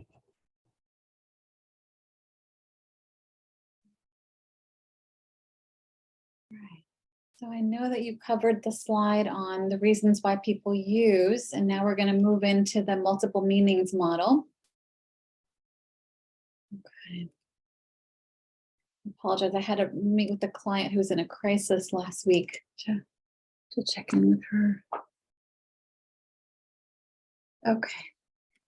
We've been alluding to this, but this is just, you know, a little bit of an emphasis and focus on what we call the multiple meanings model. And so one of the things that is one of our assumptions is this idea of multiplicity, right? So this idea that there are multiple selves, multiple aspects to the self, there's complexity in our identity, right? And I was literally just talking about this with my client. You know, she grew up, you know, a gay woman in Florida, and lately we've been talking a lot about the need to be a chameleon, the need to create this persona that was presented to the public as a way to protect herself, because it didn't feel safe to be her true full identity in Florida growing up, because she felt like there was a lot of homophobia. She grew up in a very religious family. Her father was a pastor. So there were multiple messages coming at her that her identity was wrong, that there was something wrong with her. And so she felt terrorized and scared and ashamed and lonely and isolated. And so she developed this persona that is an aspect of her, but it was kind of an exaggerated. We talked about how it's almost like this clown version of her. She's always the funny one. She's the rock. She's the one that doesn't show emotions, doesn't show fear, is the solid, you know, person. And then what happened is on the underground, there was a lot of anger, rage, sadness, hurt, fear, and that didn't get metabolized. It didn't get processed. It kept getting pushed down, pushed down, pushed down. And now when she drinks, we're seeing more of that seep out when she's using alcohol. And there's more rage, there's more sadness, there's a lot of tears. We're doing a lot of processing. And her binges on alcohol, as scary as they have been, have also given us a lot of material, a lot of information to work with. And so it's actually very timely. This is coming up with her as I'm thinking about this slide, right? Because we can think about this, the alcohol use, the binge, as an entry point, as kind of a gateway into understanding these dissociated self states, this associated experience that she's had that she hasn't been able to articulate with words. It gets acted out. And so over time, we're beginning to process it together. We're working on a new narrative, a new way to make sense of her experience. And we're trying to look towards the past with kind eyes, with compassion, with empathy, with understanding. But there's still a lot of work to be done. So I hope that makes sense. But I think that's part of why I think this model can be useful, because, you know, when someone reports a scary binge, for instance, you know, she blacked out, she threw up, she scared her partner incredibly. And as clinicians, we can respond to that with fear, with wanting to fix it, wanting to get rid of it, wanting to make her abstinent, whatever. But I think this model helps us remember to slow down, to turn towards it with curiosity. Okay, so what was happening for you then? What happened just before the choice to take a drink? She was feeling very sad. We talked about this like affect storm that was going on for her. She felt out of sorts, uncomfortable, emotional, tearful, didn't want to be feeling any of that, wanted to shut it down. She was feeling angry, lonely, bored, and alcohol was the craving that came. I want to drink. I want to get rid of this. And then she was off to the races. She ended up calling mom in an intoxicated state. She revealed things to mom that she had never revealed before. So there's a lot that happened there, but it's also prompted her to want to seek more treatment, you know, to really work on this now in a different way. So it's been fascinating. And so we'll talk a little bit more about the urge as the entry point, but we'll talk about urge surfing and kind of the urge as the axis of change, where we can help people slow down and pause when they notice the urge to use. That's when I think a lot of change can happen.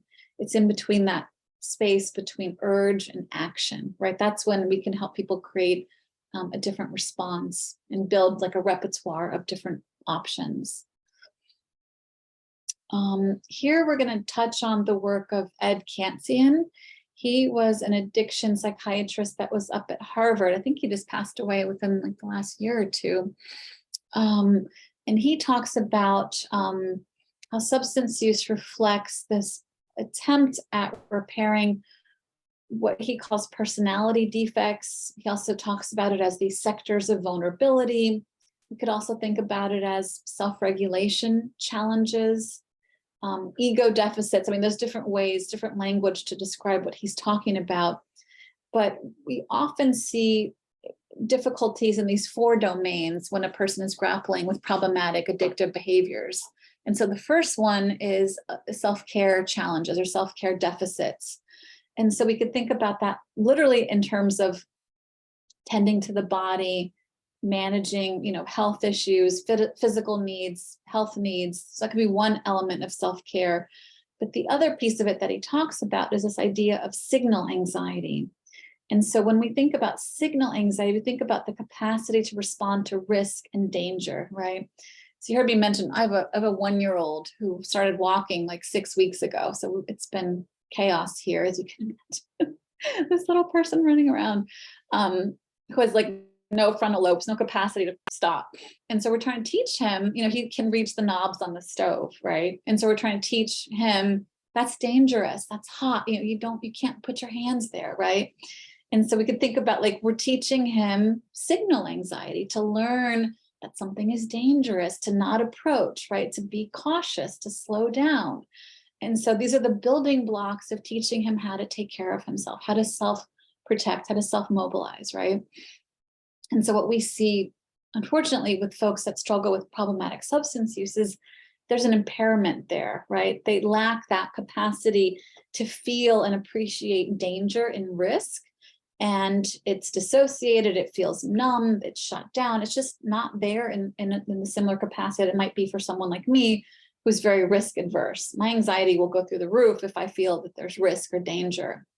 And so that signal anxiety mobilizes us to engage in self-protection, right? But with trauma, with substance use, with all kinds of things that can happen in early life, that's not there. And so part of the work with clients is helping them develop that capacity to slow down, appreciate risk and danger, and then respond appropriately. What we might see from a countertransference point of view is we might feel and appreciate that danger and risk. We might be up at night worrying about clients, whereas they've dissociated that level of risk. They're not feeling it themselves. We might take it on. And so that might be a clue, just from a countertransference point of view, that we subjectively take that on. That's data for us as clinicians to then introduce into the therapy space as a question, as a hypothesis, right? As something to work with. And so the second piece here that Kansian talks about is a challenge or deficit with what's called affect regulation. So this is managing emotions, right? And so the first piece of it is labeling emotions. I'll keep using my child as an example here, right? So what I've read is that what we're supposed to be doing is teaching him to label feelings, right?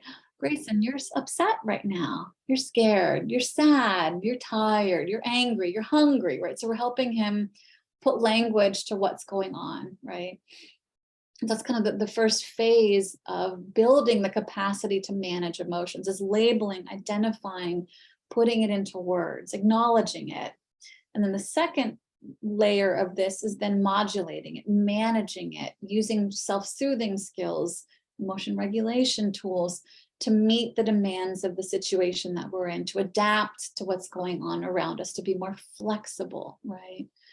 And so what we've learned with our clients, unfortunately, a lot of the time is that a lot of my clients don't like feelings. They're not fans of their feelings. It feels very distressing and uncomfortable, or there's a judgment about having a feeling. I don't like being anxious. I hate it. It's bad. It's uncomfortable. I want to get rid of it.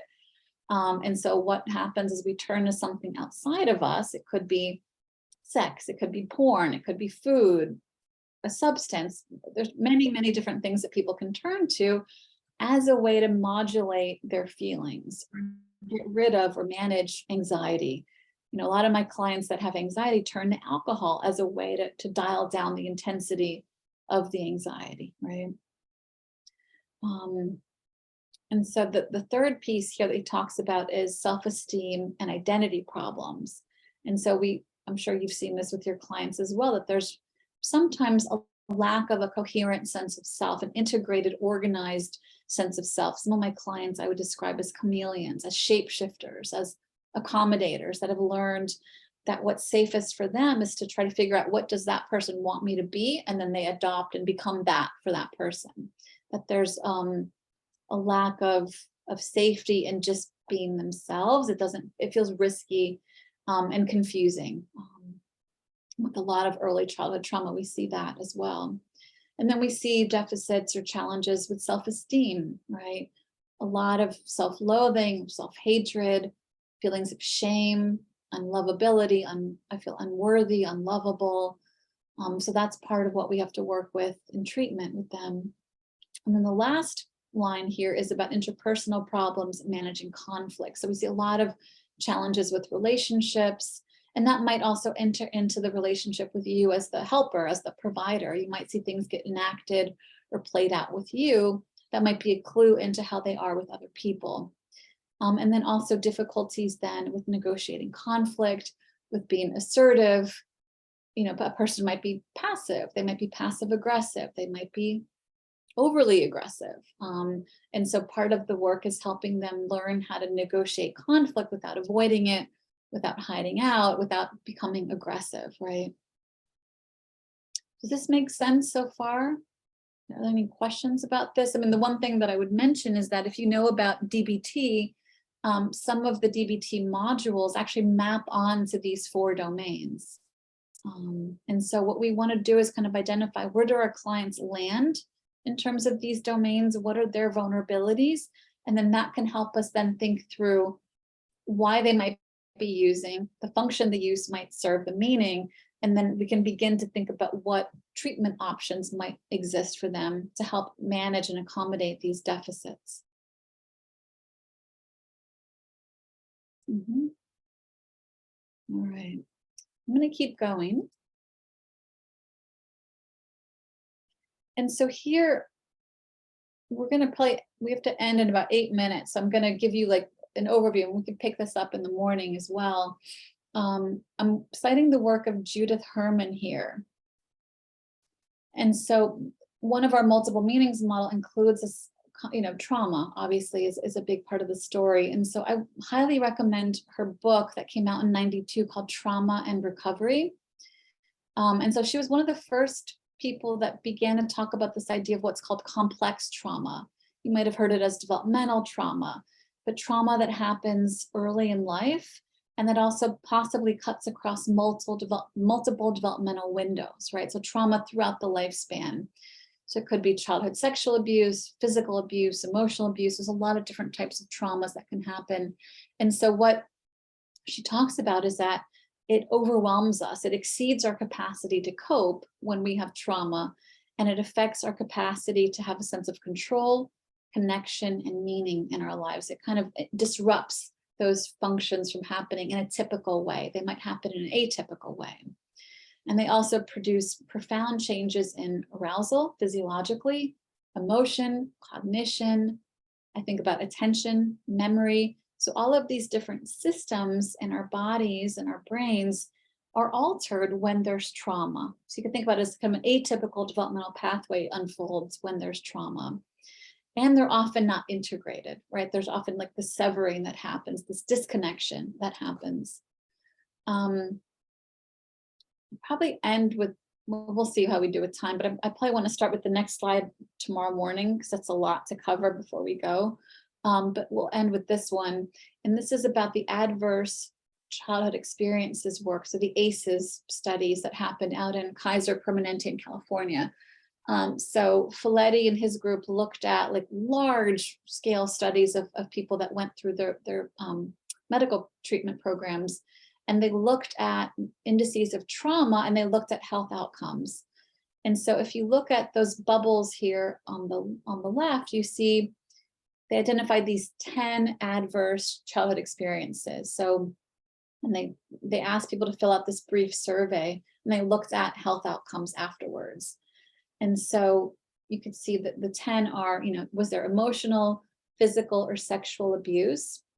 What household challenges were there? Was there domestic violence, substance use, mental illness in the home? Were their parents separated? Were they divorced? Was there a parent that was incarcerated? Was there a neglect that was emotional, physical? So and then their score was like out of 10. And so the more ACEs you have, the more likely you are to have negative health outcomes. And so this is kind of a little bit about what they found. And so we see that there's an earlier, rate of death if there are 6 or more ACEs. And about an eighth of the population has 4 or more ACEs, which I think is a lot. To have 4 of these, it's quite a lot. At least 67% of the population has at least 1 ACE. And if you look at the top right here, if you have 4 or more, you see it correlated with lung disease and adult smoking, increased suicide attempts, depression, liver disease, earlier initiation into sex, and then 11 times more likely to engage in IV drug use. Right? So we're talking about our clients here, right? So they've more often than not come from these compromised early life experiences. And so you can imagine it puts them on this trajectory to be more vulnerable to relying on substances or other behaviors to cope. And so that's what this pyramid here is telling us, right? So these adverse experiences disrupt typical neurodevelopment, right? And so you can think about what I was saying with my son. We're trying really hard to bolster, good self-regulation, good self-esteem, emotional literacy. I mean, his mom's a psychologist. I'm trying really hard to have, all these good outcomes for him. It's a lot of pressure on me here. But we could see if there is, a person isn't living in a safe environment, there's violence in the home, there's substance use amongst the parents. You can imagine, what that might be like for a young person, right? And how kind of these developmental building blocks happen in this atypical way. So we see these impairments in social skills, friendships, peer relationships, emotional capacity, cognitive capacity, attention span. And so there's this epidemic of kids being diagnosed as having attention deficit disorder, being prescribed medications at a young age, right? And then adopting healthy, risky behaviors, initiating substance use at a young age. And then that might then put them on this trajectory of having more health problems, more social problems, not having solid employment, housing. It can just kind of goes on and on from there, right? So we have to think about, it's not just an individual issue, right? It's a systemic kind of cultural, social issue that we're seeing as a public health emergency that we're in. So Tamara, I don't know if you want to chime in. I'm going to pause the slide share for now. I was literally looking at the chat because there was a lot of people were reflecting on their own ACEs. And I think, and the feelings around that is what I was reading, right? Mm-hmm. It's like we're doing the work and yet our scores are a certain way. What does that mean, right? And so I think it's an interesting tool that some of us have utilized to evaluate our own selves. So I was just kind of going into that, right? Mm-hmm. And then Jeanette mentioned the use of resiliency with the resiliency quiz at the same time. Mm-hmm. And so I wonder from your perspective, Jen, about resiliency and how do you measure that, or how can it be used in conjunction with the ACEs? Mm-hmm. That's great. I actually don't know that resiliency quiz, so I'd love to see it if Jeanette can share it. I will share it with you. Yes, because for years I taught parenting classes, and a lot of the parents had their own, they were there because they were court mandated, because they were working on a reunification plan. So we would present the ACE scores, and I did that for a long time. And then all of a sudden I thought, this isn't very hopeful. This was it wasn't working the way I had hoped. So I came across a resiliency quiz. And when I did that and they would see their scores, it's amazing how it's like, oh, okay, I am resilient. I do have strength. I do have protective factors in my life that we can focus on, and we can build those scores. But I'll find it and share it. Thank you. But I think I won't do the ACE score without doing the resiliency quiz at the same time. That makes sense.